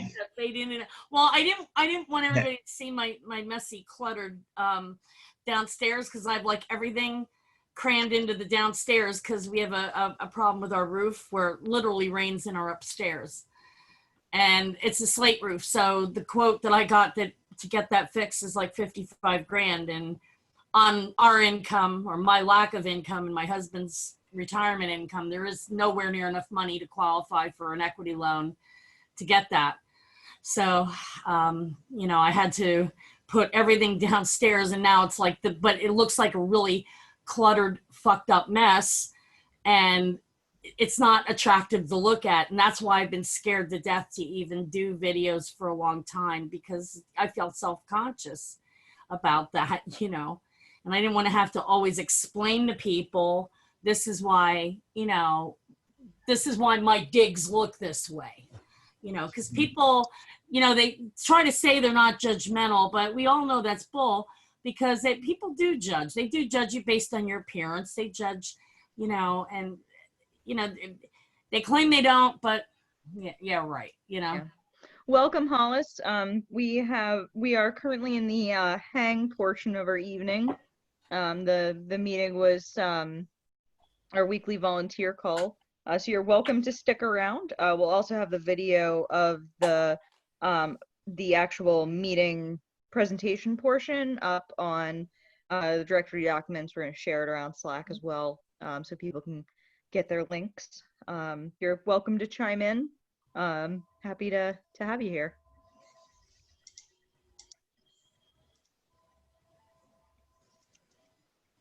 How is everyone coping with the isolation? I'm doing okay. I mean, I don't mind it. I'm kind of reclusive by nature. Rural poverty tends to impose that on you. And Erie County is a poor area, and I've been struggling in poverty for a long, long time. And when you're in poverty, poverty by itself is isolating. So I'm used to being in isolation, and because, now that I have a little bit of money from the COVID check to set aside to trade with, well, to be a trader, you have to be good at being alone and not having any distractions and just reading candlesticks all day long. And I have the kind of personality that, makes that, not a bad thing for me. So I'm actually not minding it at all. I'm thinking, it's. Yeah. I'm not finding it much of a change personally. I went from owning my own small business, and in October I had some surgical complications that happened, and hired an employee to do all of my work, like all my pet sitting stuff. But between my health and just the business itself needing more than I was able to put into it, it was time to retire the business, because I'm also planning on running for city council next year. So got to prep for that, and I got involved with Yang Gang stuff like super, like I went from like, yeah, I'm totally a supporter to YGRL in like 3 weeks. But so like since then I've kind of been doing like 40 hours a week on Yang stuff. It's kind of like become almost a job with no pay, but yeah, doing good work. I wish I had the physical energy. It's just that being diabetic and having Crohn's, I get physically wiped out so easy, and I get tired so much that it's like, and it's like there's other things that I have to, also do, and outside of Yang stuff, that's actually daily survival stuff and taking care of an elderly and even more physically disabled, husband. Only so many spoons. Yeah, I mean, it's like I wish I you know what, I still have the attitude I had when I was well, not the attitude, but the mental acumen that I had. Acuity? 5, but my body don't want to cooperate. It's like I can't go like a midnight maniac 3-4 days in a row like I used to be able to, on no sleep and just, bang, next task, bang, bang, bang. I used to be able to do that, and not anymore. How's everyone else holding up?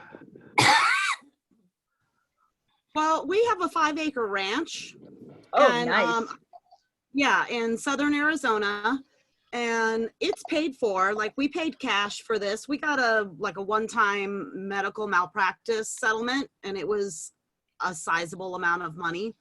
And so we paid cash for our property and everything that we have on it. Like, we didn't want any car payments, no mortgages, no rent, no nothing, so we just paid cash for everything.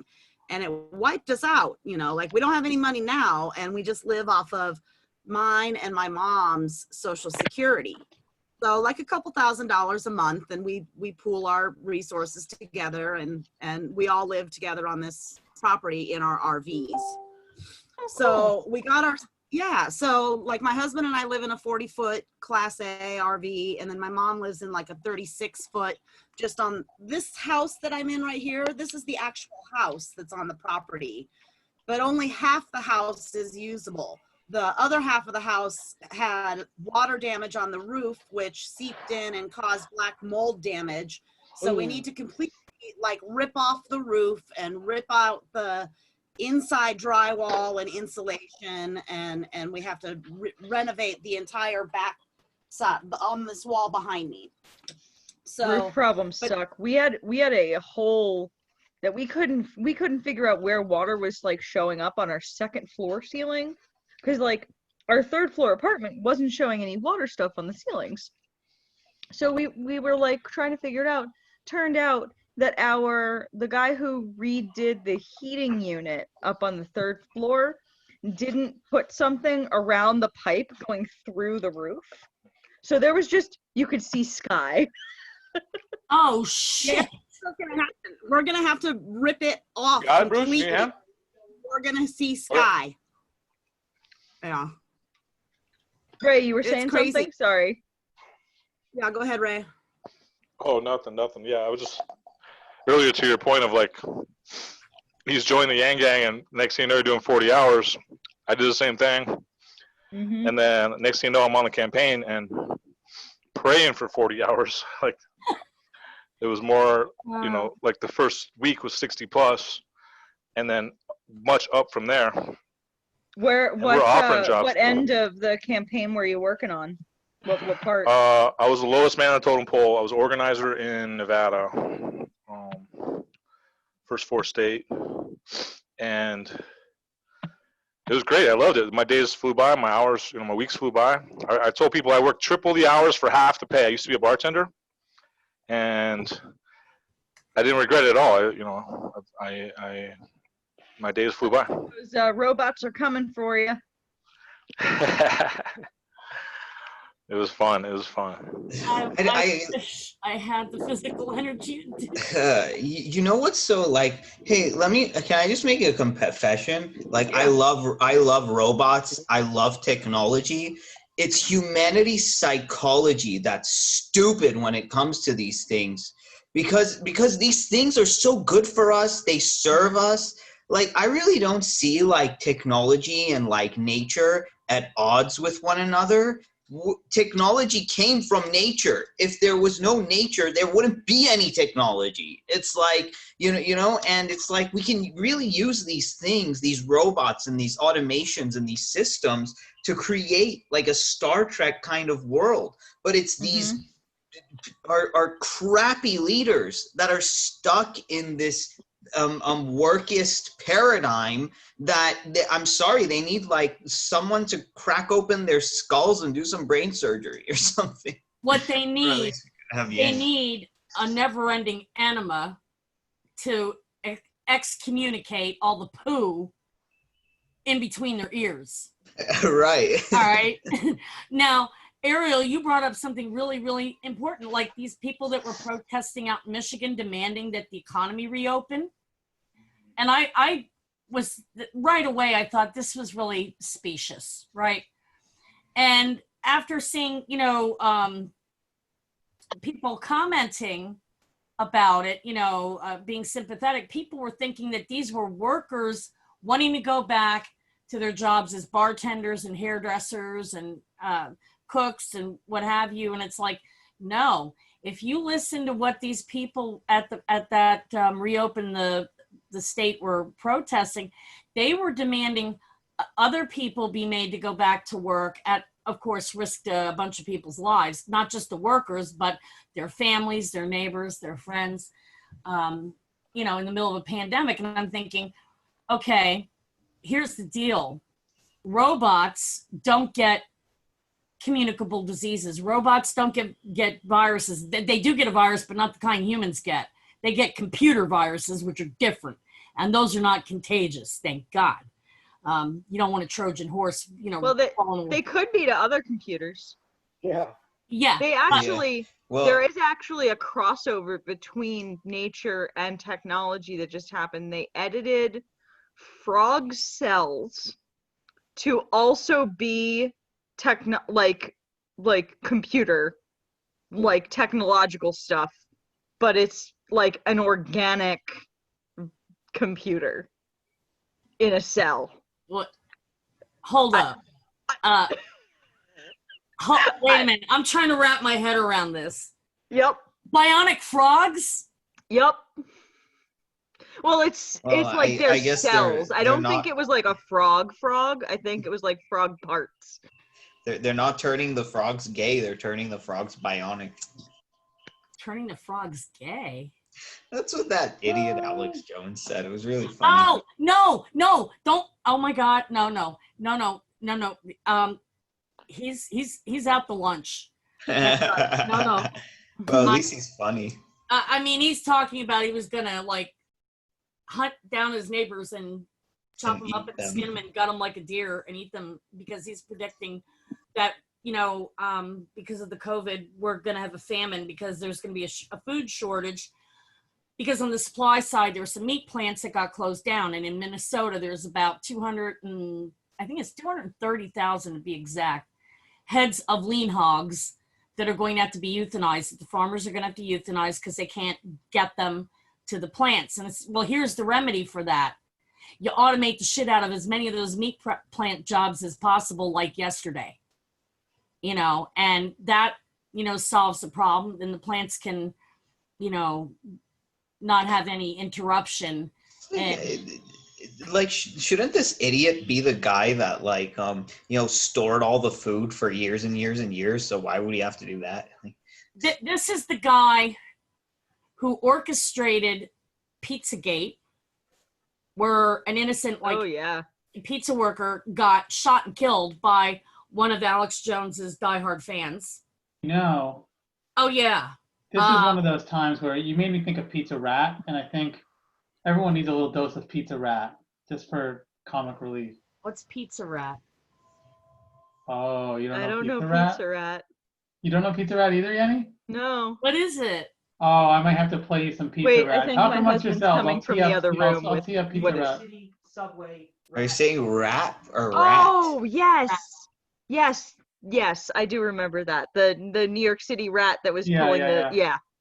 Is that kind of like the movie Ratatouille? The rat that wanted to go be a chef or something? It kind of is. Modern day. So I hate to have to be the bad news bearer, but it is 11 and I do need to get a little bit of other stuff done, and since it's my room, I'm gonna have to close it. Yeah. Does anyone have anything else they wanted to say before we close out? No. I did want to show you Pizza Rat. Oh, okay. Yeah, Just show the Pizza Rat. Share the screen. Annette, when is what's his name? Mike gonna be on the Yang Gang Report live? They say something. Mike Coon. Which Mike? Breuer. I think Faye might be working on. Oh my God. That's So, not we'll talk- CGI. That's a real rat. Mhm. Yeah. That ain't CGI. The rats in Pizza New York Rat. City are they're pros. But that They are beefy pros. They I are grew up pros. just That north of rat New York was City, and I had a trained. rat that joined me on the subway. He followed me into the subway car, sat there, subway car opened, and he got off. Wow. Well, the reason I brought it up is because of twofold. Whatever you said sounded like Pizza Rat, but also it's a conspiracy because that rat was trained.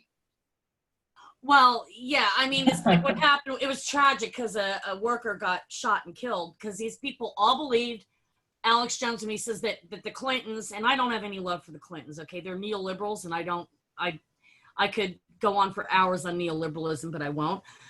But he basically said that this pizza shop was kind of like a front for the Clintons to traffic underage girls. When they didn't even have a basement.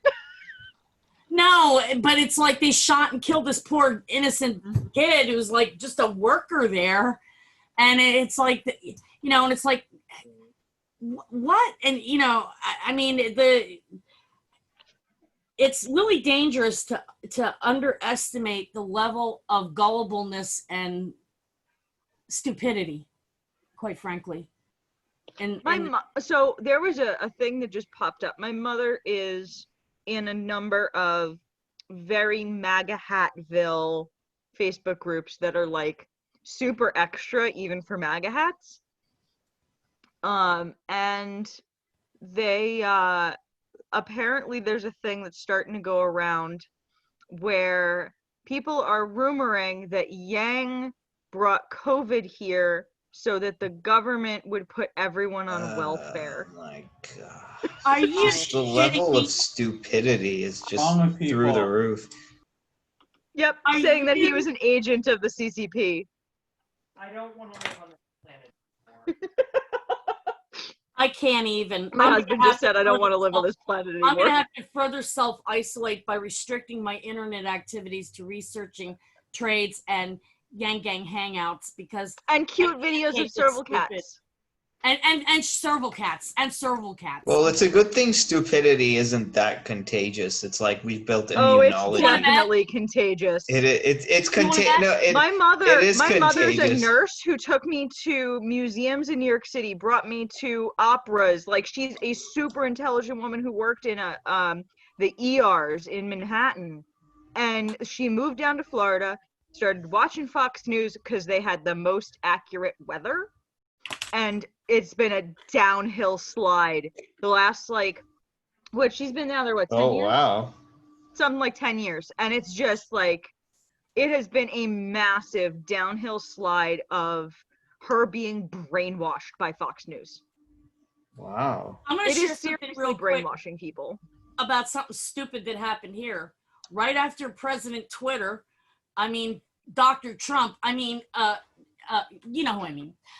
Right after he said that everybody should consider the bleach or Lysol and disinfectant and UV lights, ultraviolet lights, to penetrate the body with ultraviolet light. What nice suntans. Somebody got admitted into the ER at St. Vincent Hospital here in Erie County because they decided to give themselves a UV light probe enema, and they got the UV light stuck up their butt, and they had to go to the ER. I'm not making this up. So this is, I don't know, is it insensitive? Would it be insensitive if I said Darwin? I don't know. No, it wouldn't be insensitive. Yeah, stupidity.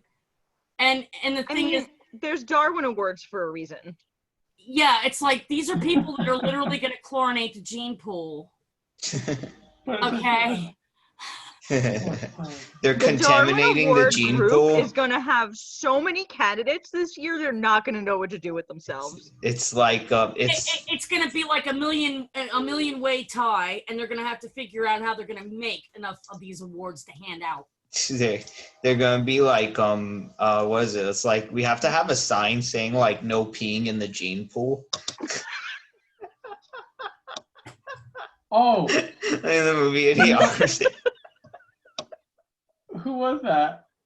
that was Ariel. That was me. Ariel. So, this reminded me, like, do any of you know how to tell a male chromosome from a female chromosome? No. Nobody? No. You pull down their genes. Technically, yes. You pull down their genes. Oh God! Oh my God! Nice. Oh my God! Okay. Dude, I guess stupidity isn't contagious if you immunize yourself to it. And that's what I have. Like we all need to like immunize ourselves to the stupidity virus. But vaccines. But Ariel, vaccines. I'm like the vaccine.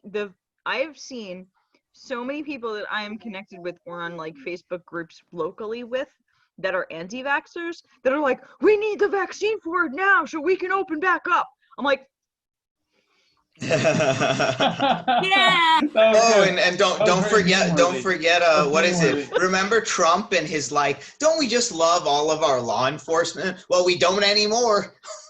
Yeah, Blue Lives Matter, except when Karen needs a haircut. mm-hmm. Well, I'm gonna have to cut us off, unfortunately. Usually we go like unending with this. But I gotta go too. It's been fun though. It's been a great evening. Thank you all for sticking around. Cool. Now, what hours are these meetings? Are they at the same time? They're the same time, same link every week, 8:30 p.m. Eastern. 8:30 p.m. Eastern on Sunday nights. Mm-hmm. I'm gonna write this down because I always forget stuff and. Do you And, use a calendar app? I have a notebook to write Oh, okay. this. Because I was just easier- saying, because we've got a Google Calendar thing that you can have show up on your calendar if you use one of those. But I never figured out how to get the damn thing to alert me. So alerts are king. If I don't have them, I don't do things. So this is how what I'm doing. Oh shit! You can't it thinks it's part of your background. Yeah, but that's why I take notes. I believe in pens and paper. I'm not very savvy at a lot of this stuff. I have to do thing for like the Yang Gang roundtable podcast. We're putting together title cards. And I mean, I have a YouTube channel with like a whole whopping 43 followers, but I don't put out a lot of stuff because I'm not somebody who does a lot of video stuff. I'm going to start doing it, but it's just that I didn't know how to do the title card and I have no idea what these guys are talking about. I would need somebody to walk me through it. I mean, I'm just not a digital native. I'm not up on that stuff. Well, I'm sorry that I have to cut you off on you potentially getting help with that, but my dog's demanding to go out and she hasn't been out all evening. Okay. All right. So See you next week. have a great night, everyone. Bye-bye now.